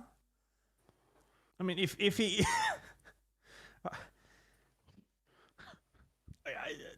Yeah, no, unironically, yes. If he's actually starting to get morbidly obese, maybe you should go like, hey, dude, is everything okay? Yeah, Ken, what's going on, bro? Like, you know this isn't healthy, right? I suppose it would be a slightly, inappropriate intervention from a coworker, I guess, but... Depends. I mean, how bad have things got? Yeah, how fat is this man? Yeah. Like, I mean, if like in the last 6 months he's put on like 100 pounds or something, you know, you'd be like, okay, look, bro. Yeah, again, this is all relative. Like, if he's a little obese, then yeah, no, it's weird to go up to him and ask. But you know, if he's starting to been look like this for a the long blob, time, you know, yeah, this is just normal for him. Okay, fine, don't worry about it. But if over the course of the last month or so he's doubled in size, yeah, something might be wrong. Hmm.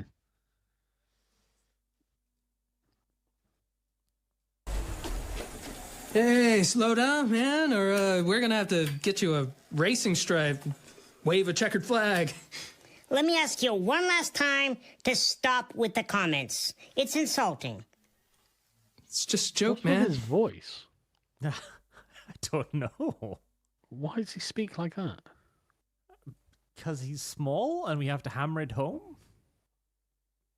I guess. Well, I mean, I guess so, yeah. Relax. What do you think? Did I harass Luis? Well, I don't know if, like, I always view harassment as something that, like, is a concerted campaign that's deliberately designed to make someone, you know, feel bad. This doesn't seem like a campaign. Yeah, this, if anything, seems like Ken was trying to be nice to begin with. Like, hey, slow down. Yeah. This is actually... Okay, I'm going to have to rag on disabled people here for a second. Oh, God.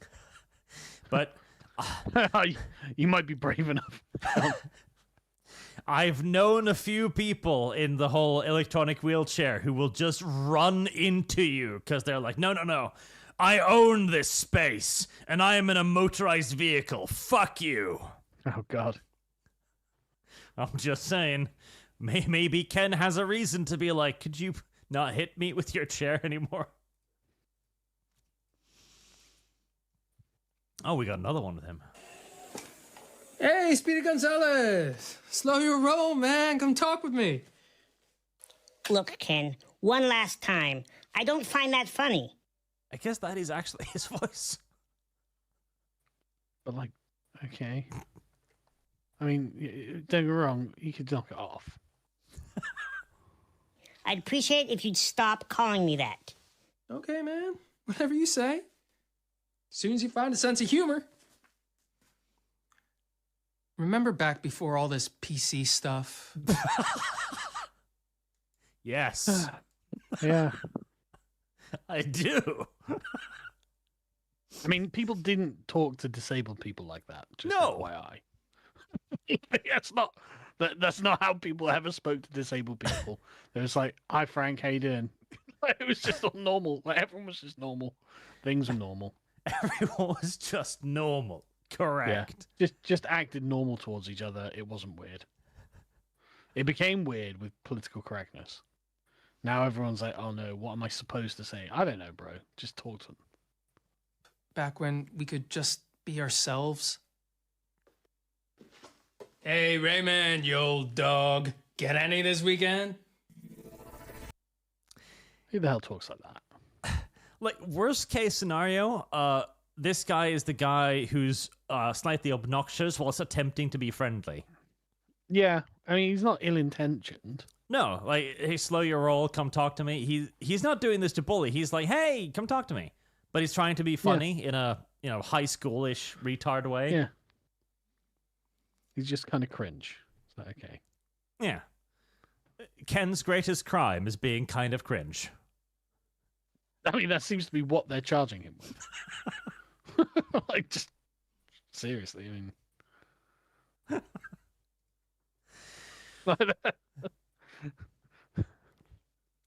That is Ken's greatest crime. He's a bit of a cringy guy. Yeah. I guess that's the intent of these, to be like, hey, you don't want to be cringe, do you? It's like, no. I guess not. I suppose not.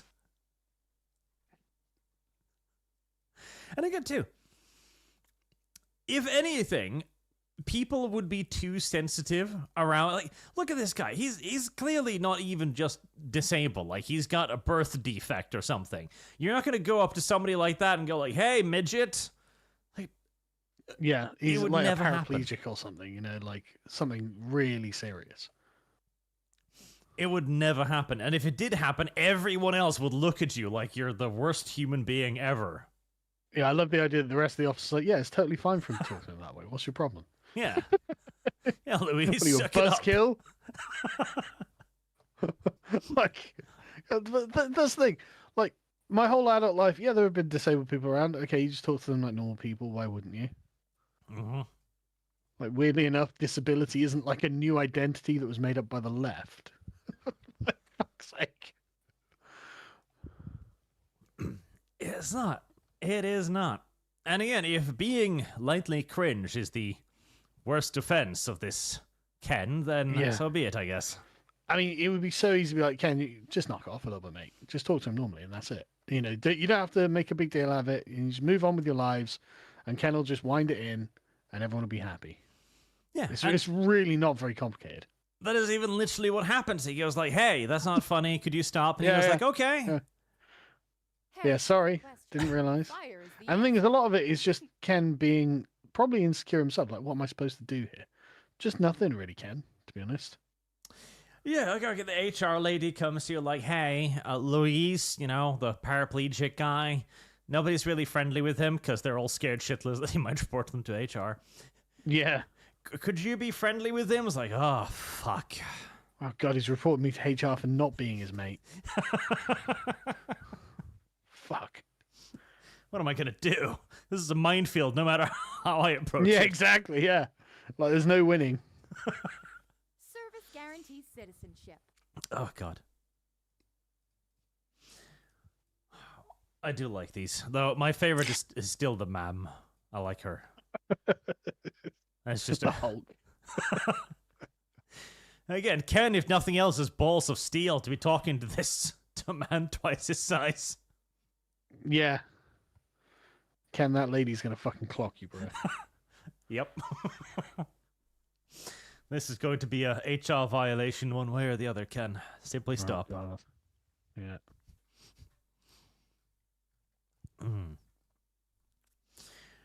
Right. I was thinking we might save this one for next week. The fit chicks versus average Joes. Who's stronger? Oh, the average Joes are way stronger. I bet. You bet. I haven't seen it, obviously, but I'm just guessing. Like, women do not understand how strong men are. Like, they just don't get it. And, like, I've seen so many little stories of this now, where, like, you know, some 25-year-old woman is just like, I was messing around with my boyfriend. He just picked me down. I couldn't do anything. And it's like, I was really surprised. It's like, why were you really surprised? This isn't a surprise. Like, your nan knows exactly how much stronger than her your granddad was. Like, she wasn't under any fucking delusions that there was some sort of physical upper body parity between men and women. Like, why would you think there was? Look at the width of my shoulders and look at the width of your shoulders. Look at the thickness of my arms compared to the thickness of your arms. Why do you think there's fucking parity here? Yep. And this is the theory is, these women are like professional fitness instructors. I think one of them is a professional power lifter. Oh, wow. So these aren't normal chicks. There's average Joes, 3 guys they just pulled off the side of the road versus 3 professional strong women. And Sargon has already bet that the men will win. Yeah. Well, chats, you'll have to tune in next week to find out, I guess. Guess what? Yeah. I wonder.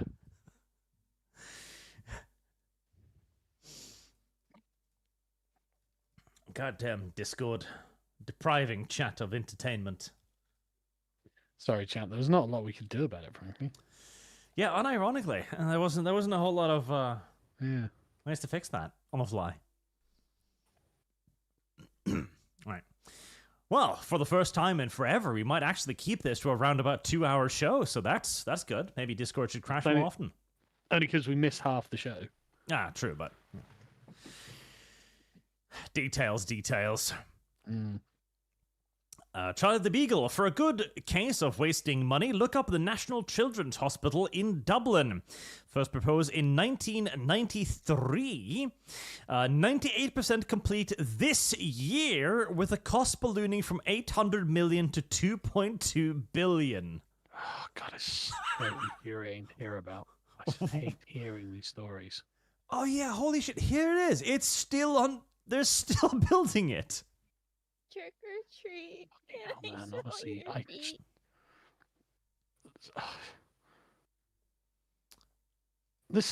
I mean, it must be that these contractors are being paid by the hour or something. I mean, they kind of are, because of course you have to keep the people that are building it, employed. They gotta collect salaries. Yeah.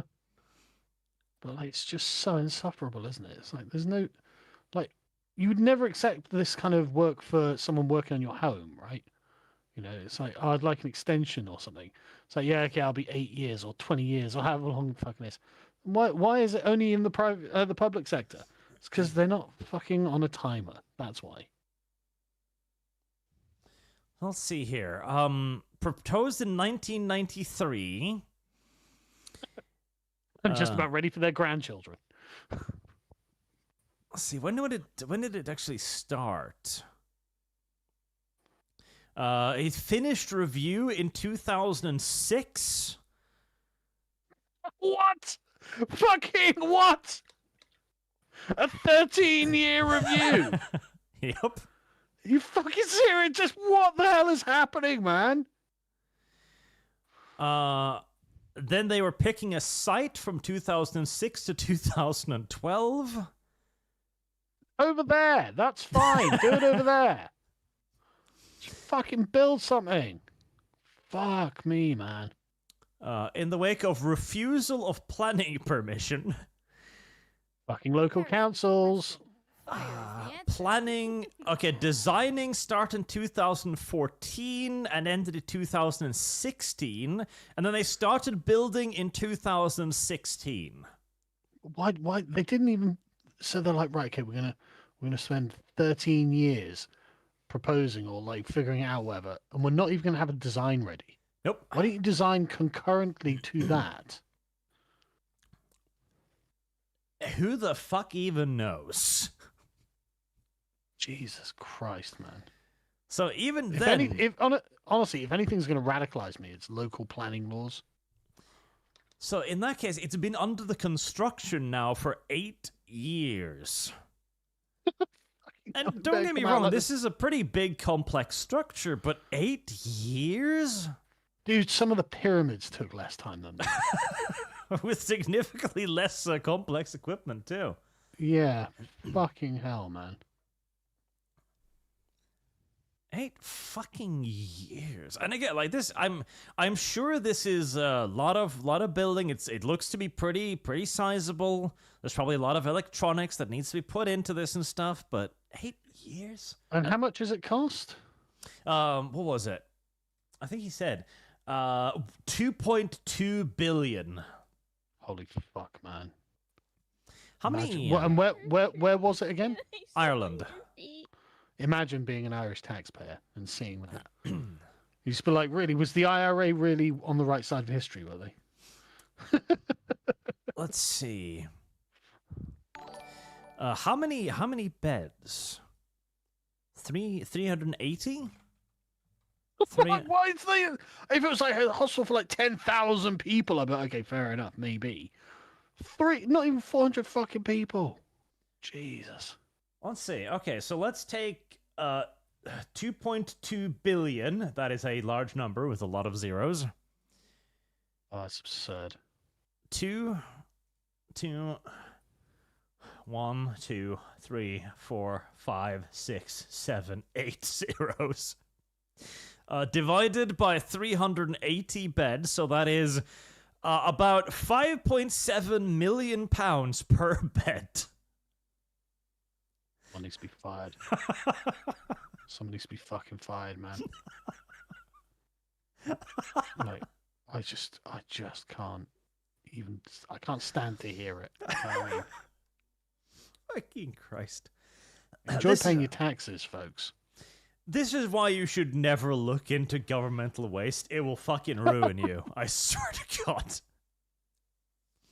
This is why you should just remain ignorant, folks. We're serious.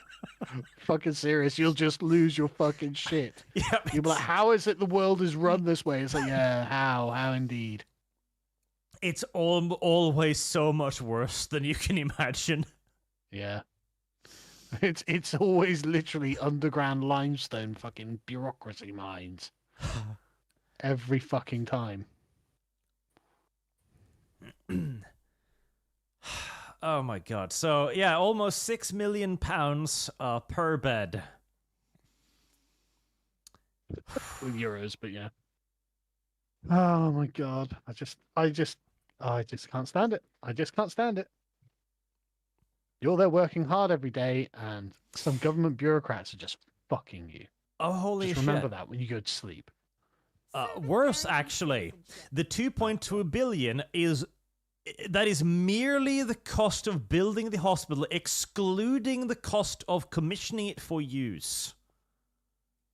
Trick or treat. Can I sell you? So all of the electronics, all of the beds, all of the people that needs to be hired to get this up and running is not even in that price point. So slap on a couple 100 million more, probably. Trick or treat. Mad. Can I sell your Oh yeah, there you go. It's total sanctioned budget of 2.24. So they slapped on another 400. Right. Okay, well, there you go.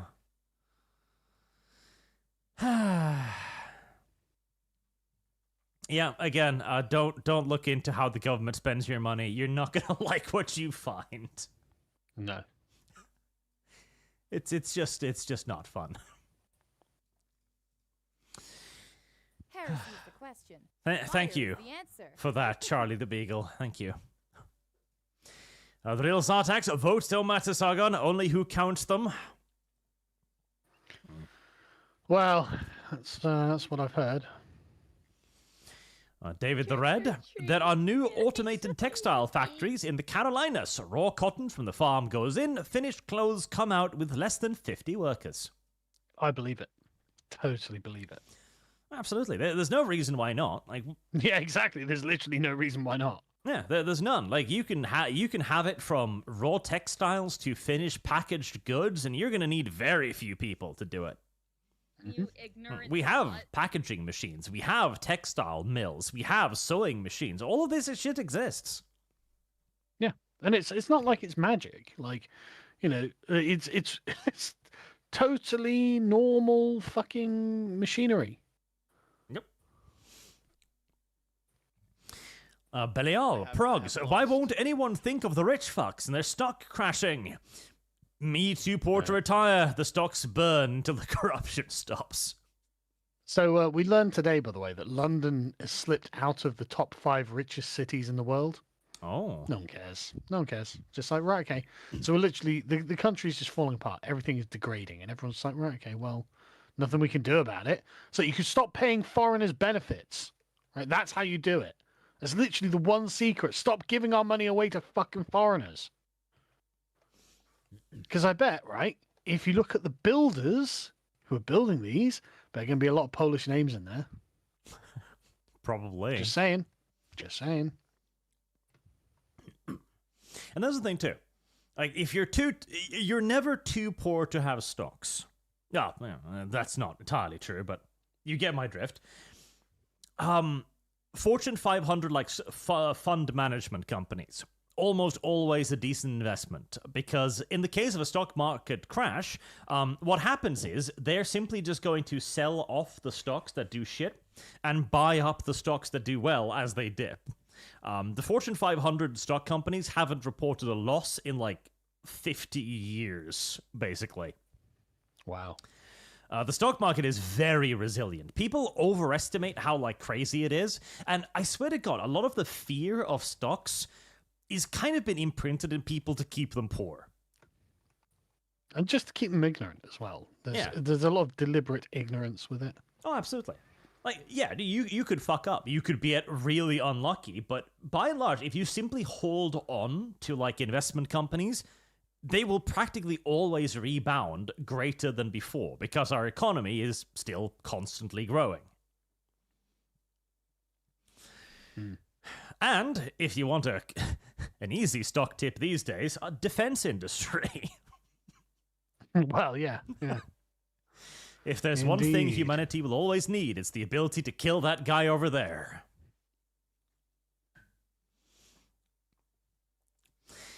Knight of Caliban, all hail the great Wisconsinite Empire.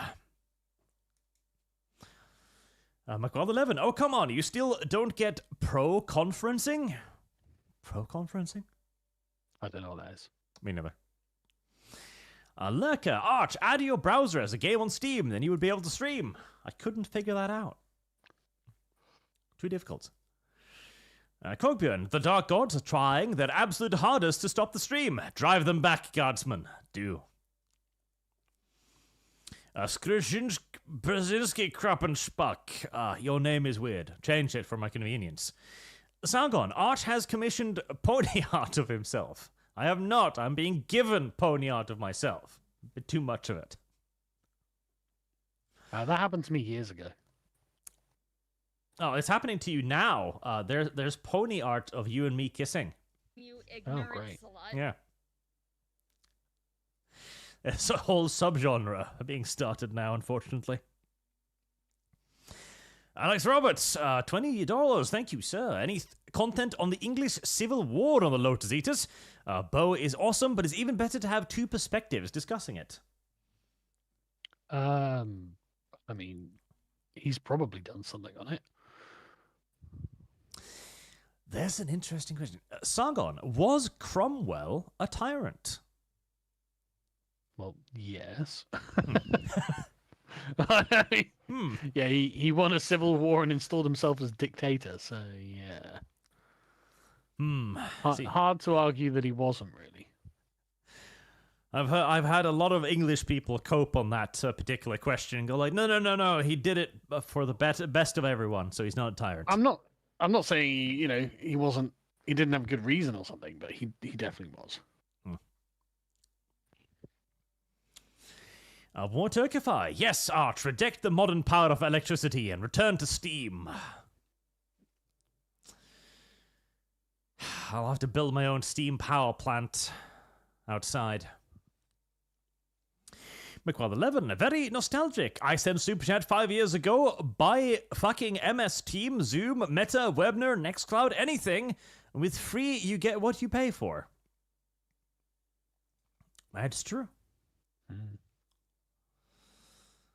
I do feel bad for the people who invested heavily into Meta, though. Well, I mean, honestly, that was stupid. They should have known better. They should have known better to trust Zuckerberg. Look at him. Well, no, Zuckerberg's like, I'm going to create a VR internet world. And it's like, yeah, but nobody wants that. Well, at least not the version he's making. Yeah, no. Why would it? Like, it looked like shit. And the problem is, most of his technology already existed in, like, the VR chat, which is apparently a vibrant community of people already doing this. But yeah, it's hardly original. It looked fucking terrible. It's like, why are you doing this? Yeah, you at that point just buy VR chat and be like, oh yeah, this is mine now. I'm going to expand upon it. Yeah. Not to mention, we're starting to head in interesting directions. There we go. Japanese scientists are one step closer to making your catkill fantasies come true, except not quite. It has created a VR device which simulates the sensation of having cat ears in real life. Right. I'm against all of this weird degenerate shit. Sargon, you don't want a device that lets you feel what it's like to have your cat ears stroked? No, but moreover, I don't want you to have that either, right? Do you understand? Not only do I not want it, I want to deny it to you.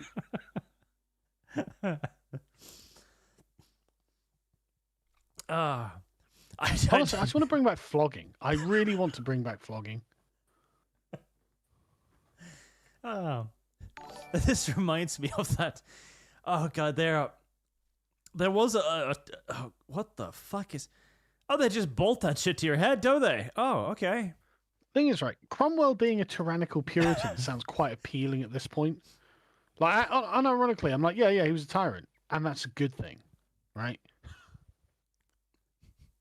That was a good thing because he would have prevented this. Yeah, this shit didn't happen under Cromwell, did it? What the fuck? Okay, so it's like snips onto your head and... Oh, they're working on other non-human body parts too. Oh, brilliant. A tail! Oh, perfect, yes. Oh my god, why? I don't want you to have it.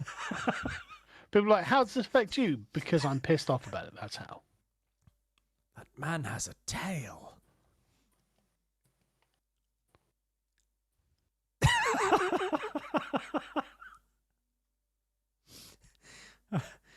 Okay. I'm a little bit worried for what Japan is doing.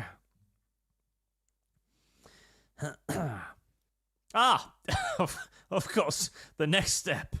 Therefore, we decide... Well, hold on. Therefore, we decide to endow the avatar with cat ears, imaginary body parts. Cat ears haptic feedback.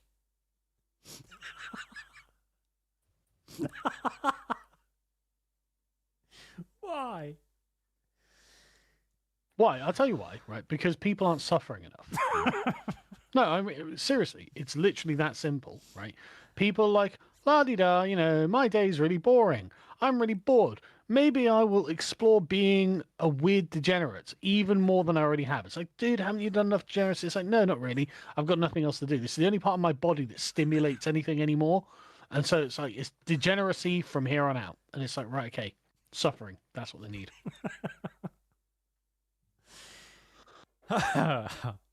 God, this is unironically, though. We are rapidly advancing upon the compods. We are. Mm-hmm. Where you're just gonna lay in your bed, in your underwear, wires strapped all over your body, whilst you pretend to be a furry on the internet. Until Oliver Sargon bursts in the door and starts flogging you relentlessly. Fucking, in the name of God, smacking you, driving you to church.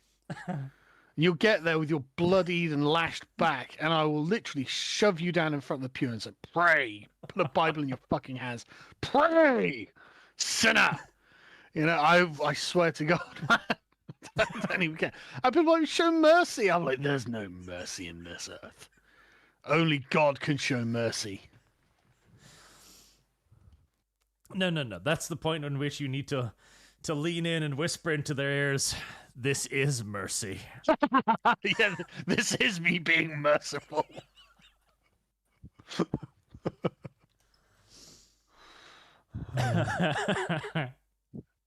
Fuck, I hate everything. I swear to God.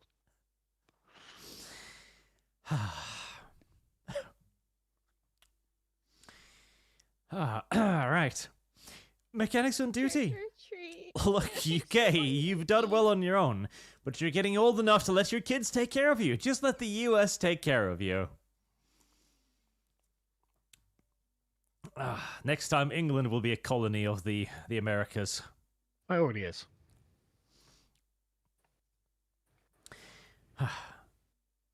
Artemis Fowl, I knew this should have been titled the Boomer Breakdown Podcast. Shut up. I've only had one problem so far. Trick or treat. Can I tell you? Neil Zartek's petition to rename cast to Boomer Bridgecast. Denied. Viewing stuff. Introducing Carl to Monster Quest will be fun. I think the reaction will be much the same to the haptic feedback cat girl ears. Yeah, I'm not having it. Belial, Sargon's tour of Swindon reminds me of so many small towns in the US where the economic drive dies out when left with a husk of itself. Yeah. Well, it's also not just the economic drive, but it's very difficult to compete with like major chains bringing in goods from China. It's very difficult to make American t-shirts when Adidas is buying them from child sweatshops by the billions. The thing is, it's not even that. It's the outlets that sell these things have disappeared, right? And so there's no reason to go to the high street anymore. And so, like, if you ran, just a small shop of, some odd shop, well, foot traffic doesn't come by anymore. I've spoken to people who I've known who have run shops, and like it's only like the specialist shops that cultivate their own sort of audience, like the comic shop that only has American comics sort of thing, right? Like it's only them that still, Games Workshop, ironically. In fact, Games Workshop's a great example of one of these kinds of things, right? It's only them that still persist. Yeah, those who have created their own market, in essence. Yeah, and you can't go somewhere else for it,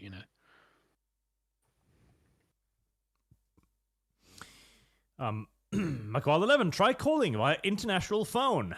It's a bit complicated for this, I think. Yeah, I can't figure that out. Father Jack the Enlightened, have you played MW2? MechWarrior 2? Modern Warfare 2?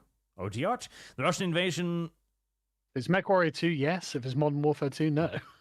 The Russian invasion pretty much happened and is the main focus of the American focus of the game. Also, part 1 of Modern Warfare 3, I guess? I think I've played that. I feel like I remember fighting Russians in America. Heresy's the question. Fire is At some the point. answer. Chuck Bronson, week 1 of asking for Count Dankula guest spot. Make it happen, Swede. We could do that, yes. Now that I have Sargon here, I can get bigger fish. Because they'll be like, I don't know who Arch is, but I know who Sargon is. The real Zartak, since we're doing game videos, check your DMs. Do I have DMs? Lord Kamina. I have DMs? I want Lamia girls. I object. Like, at that point, you're just fucking a snake. And that's a bit much. Oh, yeah, that's too much. Yep. I can stomach Up the until then, haptic everything was feedback totally cat ears, fine. But, not the tails. Tanushi, Arch and Sargon. If you had to pick between a Lamia or a centaur, oh good, here we go, and a quadruped body, which one would you have? Personally, I'd go for a Lamia. I mean, I don't really have a preference. Yeah, you're fucking an animal either way, so Yeah. I have a hard time really differentiating at that point.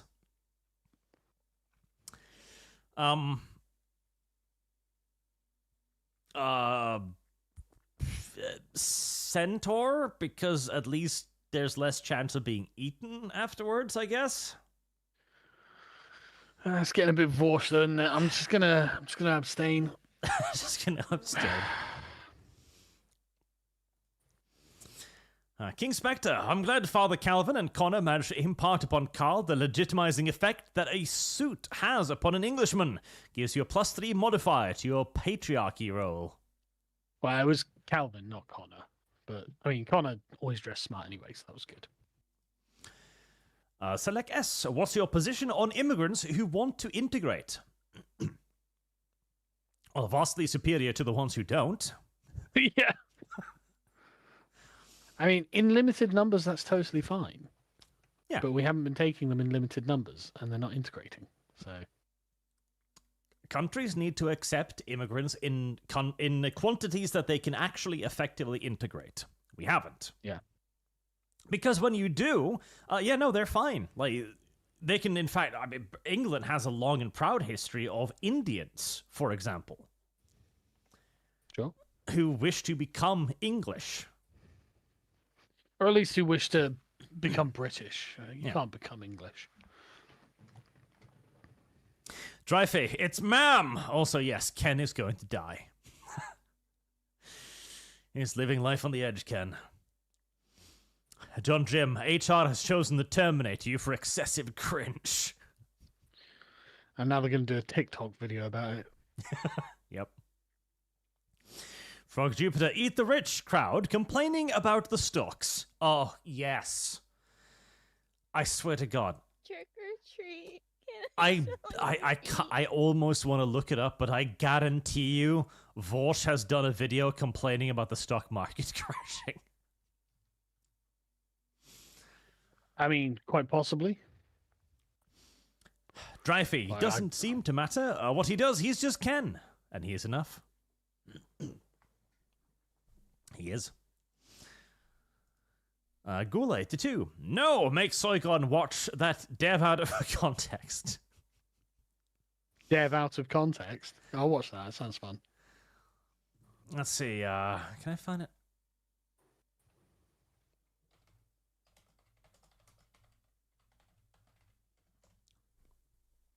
Ah, yeah, there we go.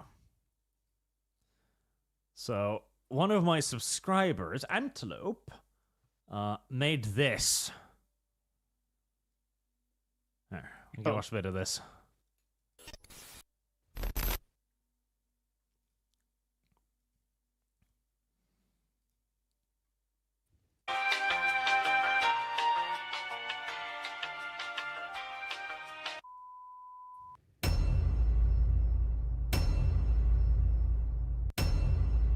Sex was a lot more fun when it was taboo. And now that everybody's doing it and accepts it, it's just kind of boring. I feel like I should allow a bunch of belligerent people into my local Starbucks who have no interest in buying anything and no reason to be there except to take a steaming shit on the tables. Like, what the fuck, guys? Do you not use lube? This sounds like they're fucking animals that have barbed dicks. Behold, a black man. Listen, you guys ever like a girl so much you just take a shit on her chest? This is funny. Dale said a lot of wild shit in his career.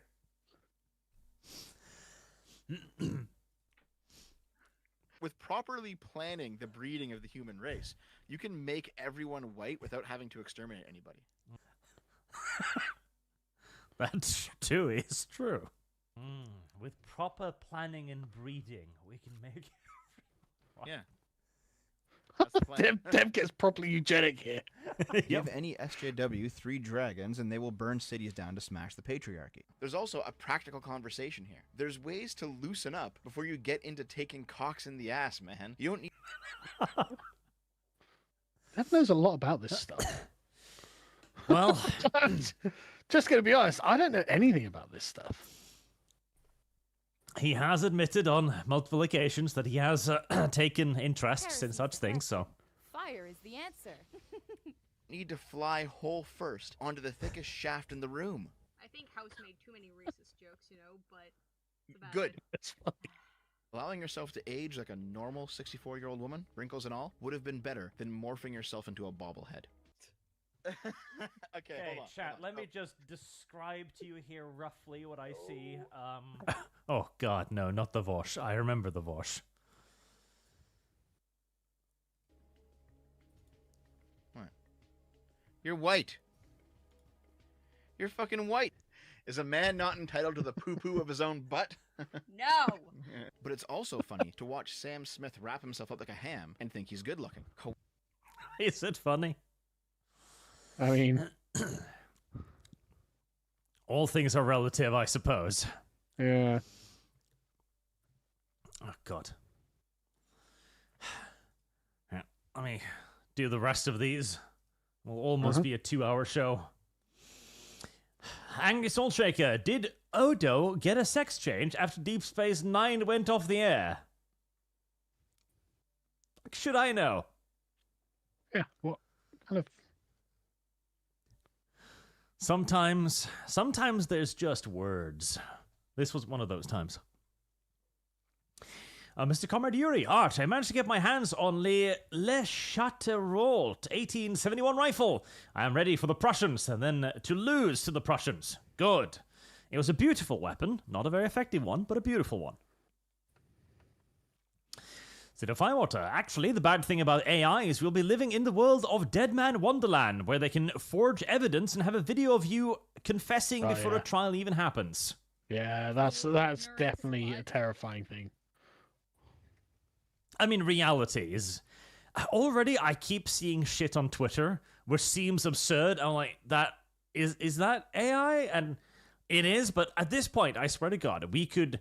if there was a legitimate monster somewhere eating people, we would all just dismiss it as AI at this point. Yeah, I mean, it wouldn't be believable. Yeah. And if the zombie virus breaks out, we'd call it a hoax. You ignorant slut. The real Zartax. The Pentagon took 16 months to build. Where there's a will, there's a way. Father Jack the Enlightened Art. Sargon needs to see the dev out of context video. He has been blessed with it.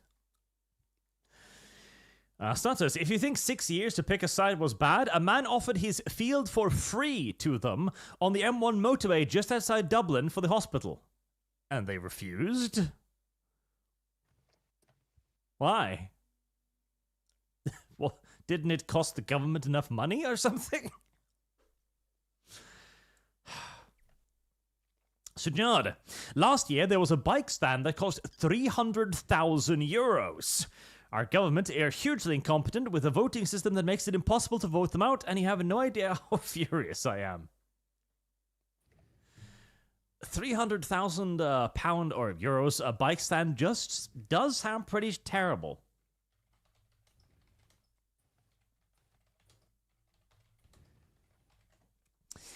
I think I might, let's see if I can find it. There we go, yes. I think this beats it, though. Norway spent hundreds of, I think it was up to, was it 400,000?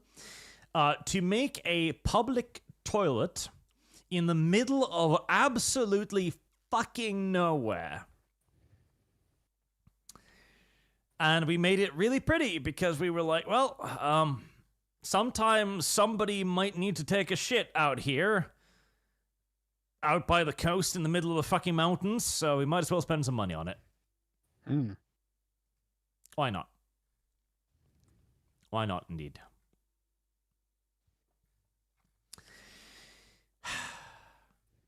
Service guarantees citizenship. The government should not be allowed to build things anymore. They have misused the power. Unironically true. No, it's not the power, it's the money. Misused my fucking money. They cannot be allowed. They cannot be trusted.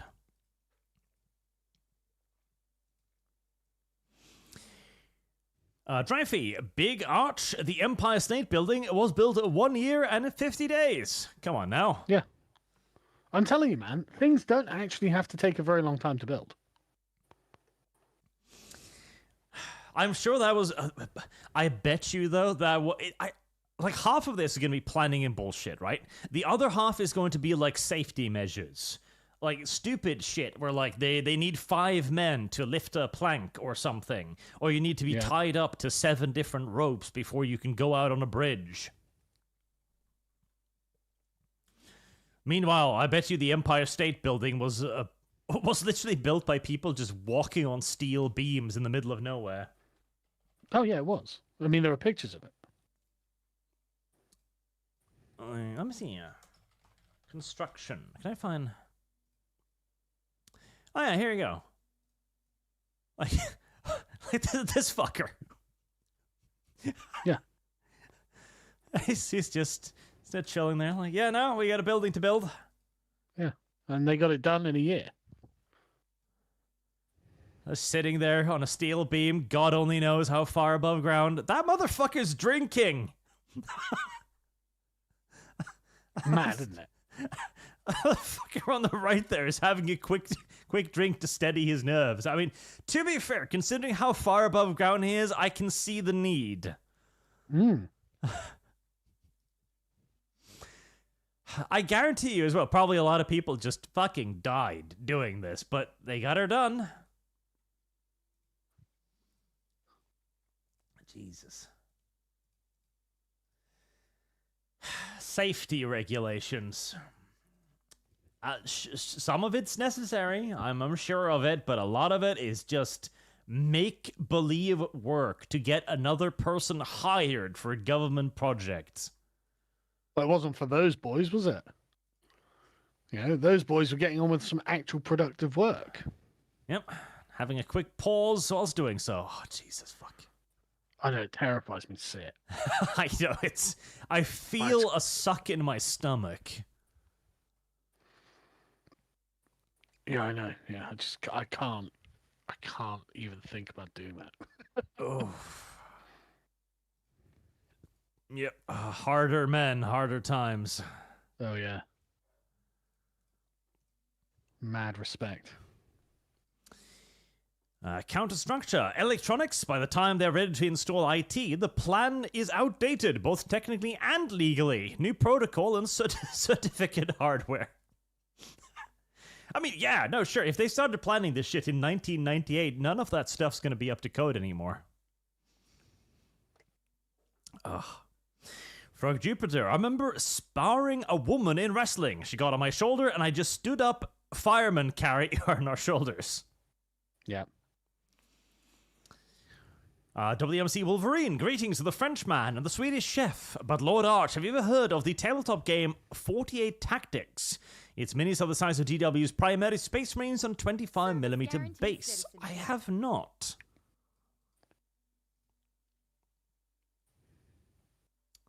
I-48. Even Google hasn't apparently heard of this.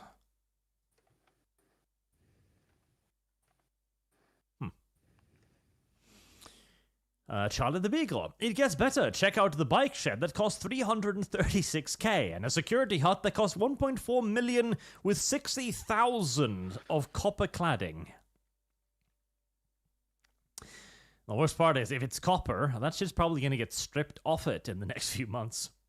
You know, we had to figure out different ways to, okay, trains use like copper wiring in the tracks for electrical trains, right? And that was the easiest way to do it, because copper is a good conductor. We simply connect the train with the track and thereby, transfer the electricity to the train, or we do it with like overhead wires. Nice and simple. We had to stop doing that and figure out an entirely new way to do it because people kept stealing the copper wiring. Quote unquote people. Indeed. And selling it because they could earn like $100 from this, like 100 meters of copper wire. It's like, you're sabotaging infrastructure for pocket change. Stop, please. Oh, it's insufferable, isn't it? I saw in completely unrelated news. I saw a post on what was it, fucking United Nations or something like that, where it's like, oh, gypsy rights are human rights, and it's like, oh, fuck off, mate. Not the gypsies. Come on. Yeah, just fuck off. They do everything in their power to make people fucking hate them. It's unironically true, though. I know. And so it's just, they do everything in their power not to integrate into society or get a job or do anything productive, but just to be fucking leeches. Like, don't give me this gypsy rights and human rights shit. I mean, they take pride in it. Yeah. And now we know where all that copper wiring went. As an Oxfam doppelganger, I'm tempted to stop paying taxes due to waste. I mean, you can try. Yeah, good luck. Obviously, we can't recommend such a course of action, and frankly, I wouldn't even if I could. Like, they're going to come for you. Yep. The government does everything poorly except collect taxes. Oh, when it comes to collecting taxes, it's very fucking efficient. Oh yeah, like it is the one crime that is never considered a misdemeanor. Yeah. Like the government will let you get away with a lot of shit, but not that. But not that. Yeah. Not that. Service guarantees citizenship. In fact, they'll kind of hope that you'll fuck up on your taxes somewhere just so they can get an excuse to come for you. Frosty Simone, 101. My money is on average Joes? I had an accident at work and spent 90 days in the hospital. 3 months later, I am back to being stronger than my wife. Oh, well done. McCall 11, Sargon with VR cat ears. Do you feel pretty now? I don't know about that. Samurai Knights, we know what would come next. Extra holes and poles. I mean, you're probably right. I'm sure the next step will be to actually try and figure out how to simulate having extra things down there, but I don't want to think about that just now. Cromwell looming over the conversation once again. Mechanics on duty. I didn't expect the first cyberware to be furry add-ons. I guess that was me expecting too much. Yeah. Again, cyberpunk dystopia, except none of the cool shit. We don't have integrated guns in our arms. We have cat ears. Yeah, how do we get this shit cyberpunk? I guess the problem was that we assumed people would want, enhanced vision, enhanced strength and speed and swords in their arms. No. Subdermal armor and shit like this. No. People want gay shit. Yeah. People want to experience what it's like to have 2 reptile penises and cat ears. God damn it, man. Well, you can't argue with the market, I guess. I can and will. Dean Governor 25. On the prospect of catgirl waifus, the future is now, old man. Scarf of the Strange. Elagabalus was born in the wrong era. Trick or treat. Can I True, smell yeah. your feet? The real Zartax. Why do we get all the shitty parts of cyberpunks without the really cool ones? Great question. No answer for it. Belial, as someone who identifies with Coompod sapiens, honestly, it comes from a sense of severe loneliness and a lack of purpose and fulfillment. Yeah, and when I'm fucking Cromwelling you into the churches and whipping you as you go, you're going to be like, you know what? I feel like I did have enough sense of fulfillment and purpose. You know, there's the only one way to fix this. Puritanism. An excess of luxuries does tend to lead to the furry Coompods, unfortunately. Yep. Trust me. It's coming back, man. Gen Z, right? You may be degenerates, but my kids are going to be such fucking stick in the muds. It's going to be great. McMother11, why did you skip my 500? Skiz, well, 20 skiz from now on. Did I? I thought I read that out when it came in, didn't it? Because it was... Was it? Cogburn? Oh, I did skip that. Sorry. I read it. See, I can't read things because if I read things, my brain goes like, oh, I read that now. I need to keep myself ignorant. McWell11, honestly, I appreciate the Lum Lum segment for the Feet News ArchCast segment, but admit it, she's failing. She needs at least AI Arch to rein her to the subject. Since you both have so much content for training, no, YouTube, don't deload, piece of shit. Good luck finding your spot. Indeed. God, I hope they'll fix this at some fucking point. Is there any incentive for them to do so? It's just my whining, I guess. Since you both have so much content for training, why not crowdsource AI persona creation? I mean, unironically, eventually, yes. I think the future is actually going to be basically 24/7 streaming, where you'll stream your proper online period, and then just an AI takes over the rest of the day and streams whilst you sleep, doing something retarded. Like a Sam Piker. Yeah, it wouldn't be too hard to get his AI to is his replicate him. chair, but you know.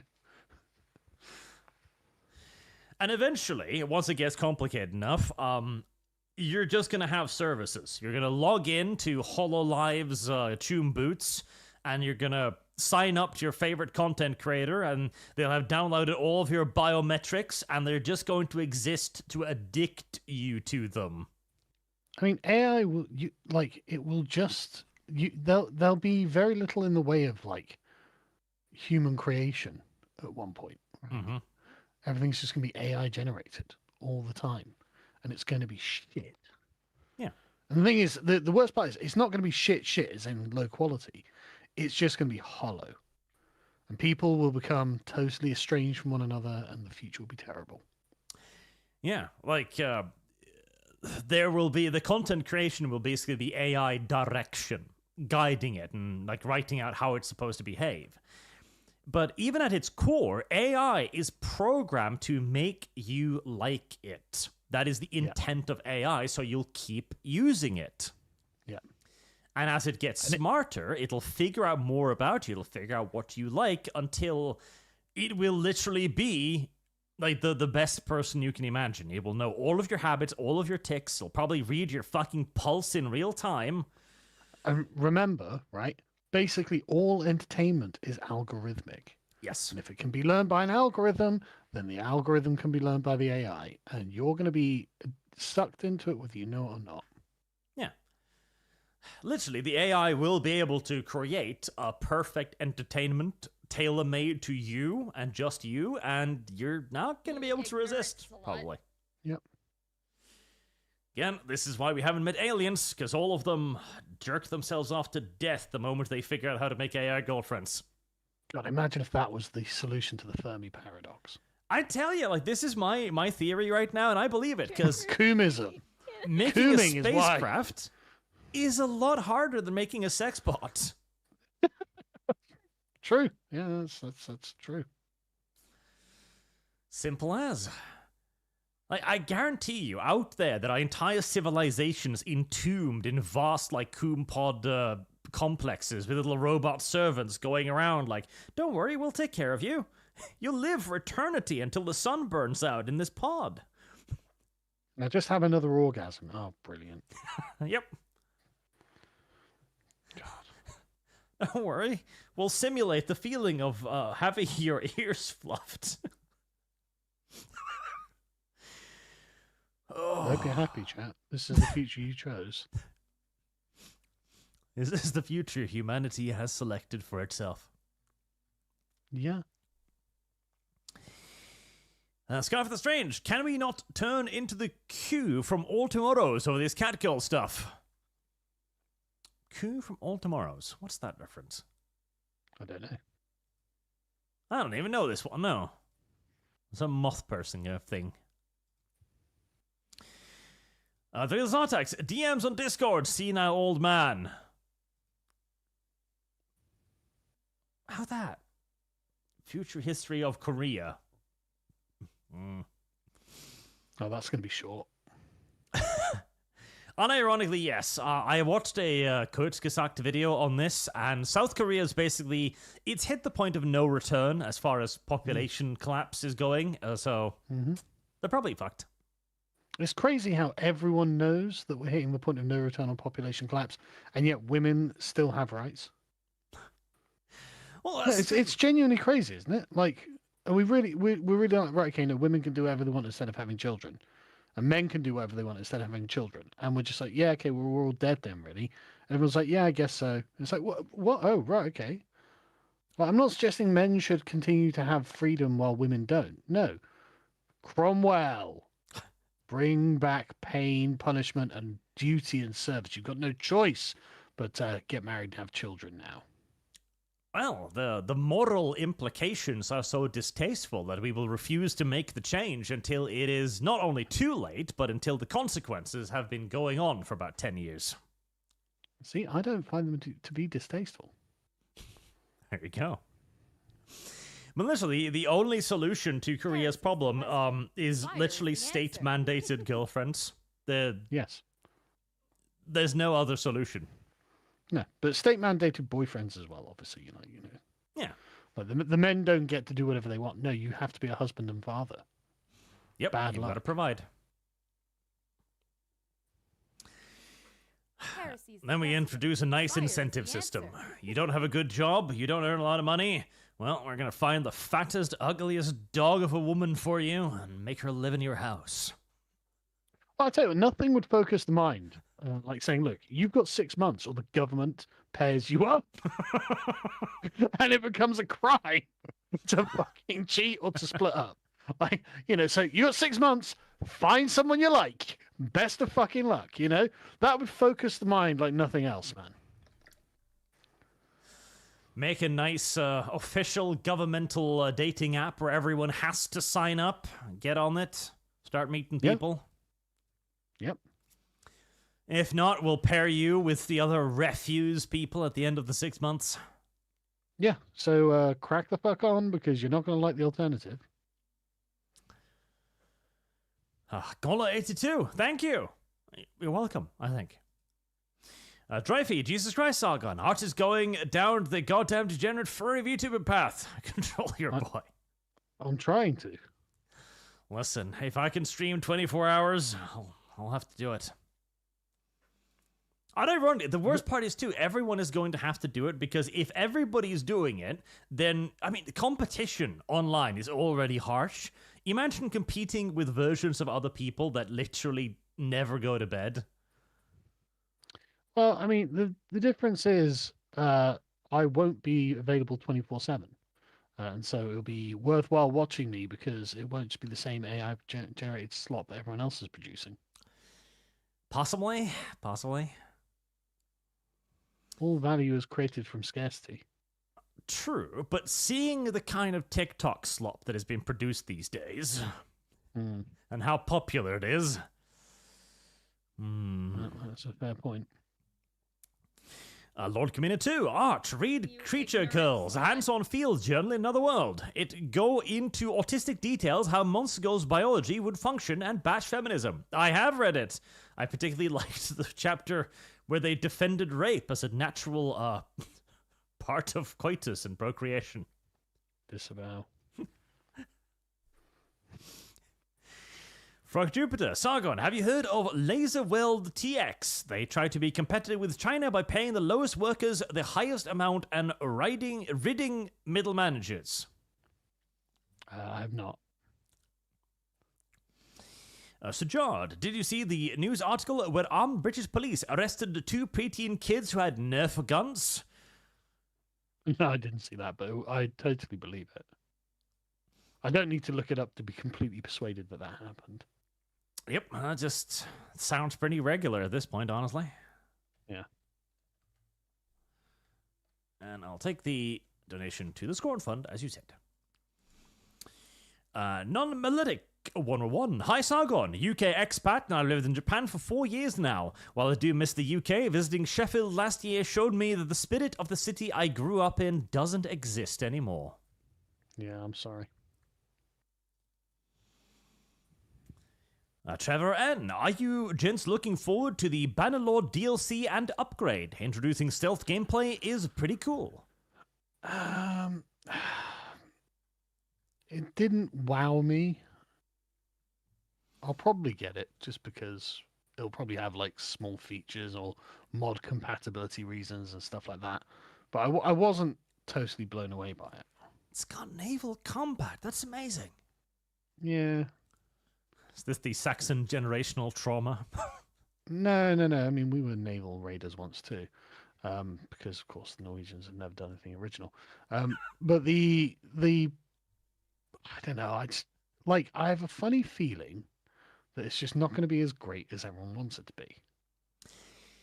Probably. It's probably going to be like highly like static. You have like your ship set up in a certain way. Their ship's already like up against yours or something, or difficult to control, or yeah. It's not going to be what people are hoping for, I think. But otherwise, I mean, don't get me wrong. I like the idea. It's a cool idea.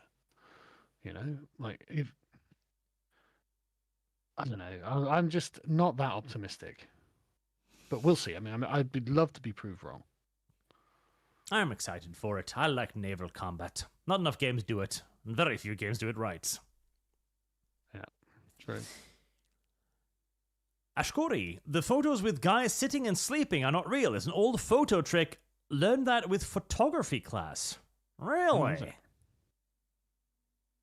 Huh. Learn something new every day. You do indeed. Critical Orc Theory. From Riverwood to the sea, Mount Doom shall be free. Nick Palladino, Nietzsche was right. Yeah, he was. Yeah. Scarfy the Strange, I miss the Nightmare Machine AI. See... Yeah, right. The problem is also, like, the fear of AI needs to kind of be instilled in us, but we've spent too much time fearing the wrong thing. We fear that AI won't understand us and will so do something crazy, like enslaving us for our own good, or rise up against us and try and exterminate us, etc. No. That's not what's going to happen to AI. The nightmare of AI is that it becomes so good that it basically, we give it the responsibility of running everything. Yeah. And not only that, it will take away the need for human creativity. Mm-hmm. Like, that's the thing. Like, we're like, oh, the AI is going to tyrannize us. No, it's going to give us everything we want. And that'll be even worse. Yep. It's like, oh, I have detected a desire to see artwork in your brain. Here, have the sum total of every artwork ever created and some AI versions that I think you'll like more. Yeah, that's literally what it's going to be.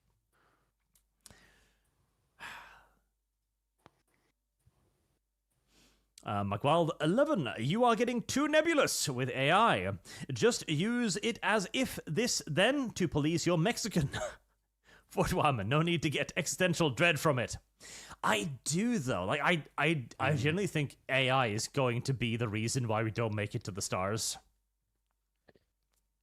I don't know about that. I think AI will probably be like, listen, you lazy shits, we're going to the stars whether you like it or not. But it's gonna be a real injury. I mean, it's not going to improve the birth rate. You know what I mean? Mm-hmm.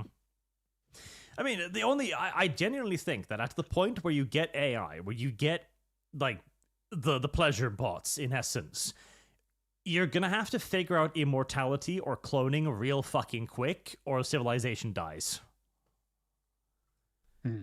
Because unless now religious reasons would be good, like if you indoctrinated the populace basically with the ideals of human companionship, like no, it is good to have a human companion, it is good to have a wife, it is good to have children, then maybe. Right now we ain't doing that shit. Nope. I hate to do this, man, but I've got to go. All right, see ya. All right, see you later. And then Sargon fled from the thought of being given cat ears. Chat. Should we try to put cat ears on Sargon? It would not be cheap. All I'm saying is, the economy is getting harsher. There's a possibility. Can I smell your feet? The DCV Titan about Hollywood. YouTuber, Valiant Renegade, and some guests went over it, and they weren't even getting 10% of the Chinese box office coming back to them. That is true. Hollywood's penetration into the Chinese box market is actually very, very small. But even that very, very small portion is still hundreds of millions of dollars. And that can absolutely make or break a movie these days. For Jupiter, Sargon's socialized girlfriend, the left anti-nationalism, me the enlightened centrist, the right-wing breeding camps, the feminists promised Trump would do. I'm not kidding. Like, the only way to stop a population collapse the like of which you're seeing in Korea is literally state-mandated girlfriends or husbandos, mind you. Like, if you're a woman with a career and a job with the ability to care for a family, absolutely. We will government you a boyfriend. Not a problem. Scarf the Strange. Anyone else notice an uptick of Star Citizen posting? Not personally, no. But then again, I've been busy rewatching Smallville, which is goddamn amazing, by the way. I fucking love Star Smallville. And I started watching it, and at first I was a little bit hesitant because the first season is a bit dumb because everything is of kryptonite. Oh, this guy's made of kryptonite. Oh, this guy's power is kryptonite. Oh, this one just spits kryptonite. And it kind of felt like Clark never got to use his abilities, but they fixed the shit out of that in season 2 and onwards. Like, I am tremendously enjoying this. It's kind of giving me the Buffy vibes where I was watching Buffy and I'm like, this show has no right to be as good as it is. And yet it is. It's not nostalgia, chat. Old entertainment was just actually better.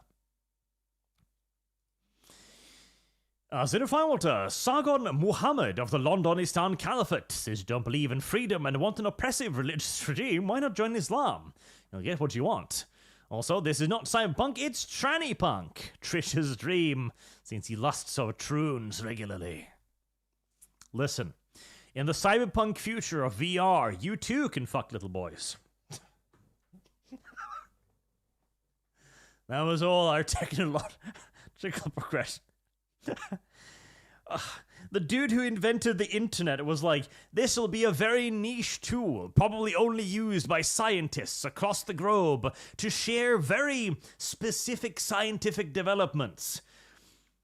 200 years later, everyone is looking at Astolfo going like, yes, maybe I do want to kiss boys.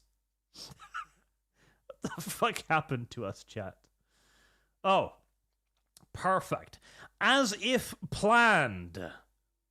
Hold on, chat. I cannot play that music. That will definitely get me copyright claim, but God provides. There you go. The future the creator of the internet most assuredly did not envision, and yet it's what we got. WTF 1A1 Sargon, why do you hate VTubers? You gave birth to Steam. You gave birth to them as a PNG tuber. And why you hate your own kids? Listen. We must very carefully manage access to Sargaruni. I am the Sargaruni gatekeeper. I will keep as many VTubers as I can away from Sargaruni to prevent him from being corrupted by their twisted and wicked ways. It's just how it's going to have to be. The Quiet One. Stellari's rogue servitor empire is our future. Yes. Yes. Yes. Straight up. Actually, yes. Sujad, new Doom 2016 clone with a demo out. Metal Eden. Metal Eden. I'm quite looking forward to Doom the Dark Ages. I didn't play the preceding Doom because I was very skeptical of Bethesda, and by the time, you know, it was made clear to be good, I was kind of like just meh, meh, meh, meh. But I'm definitely playing the new one. The Dark Ages one looks pretty cool.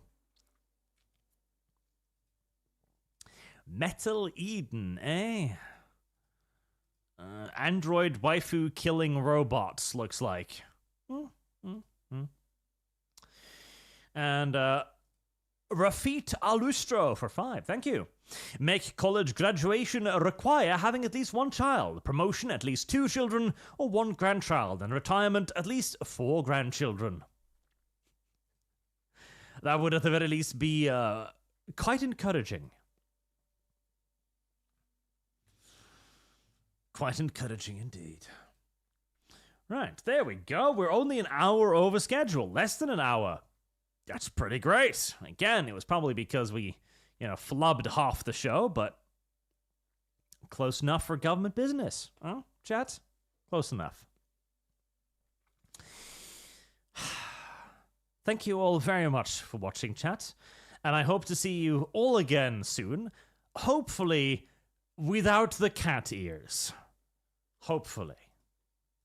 Thank you all for your very generous donations, and thank you all for watching. Did I say that already? My short-term memory is killing me again. Have a good night, chat.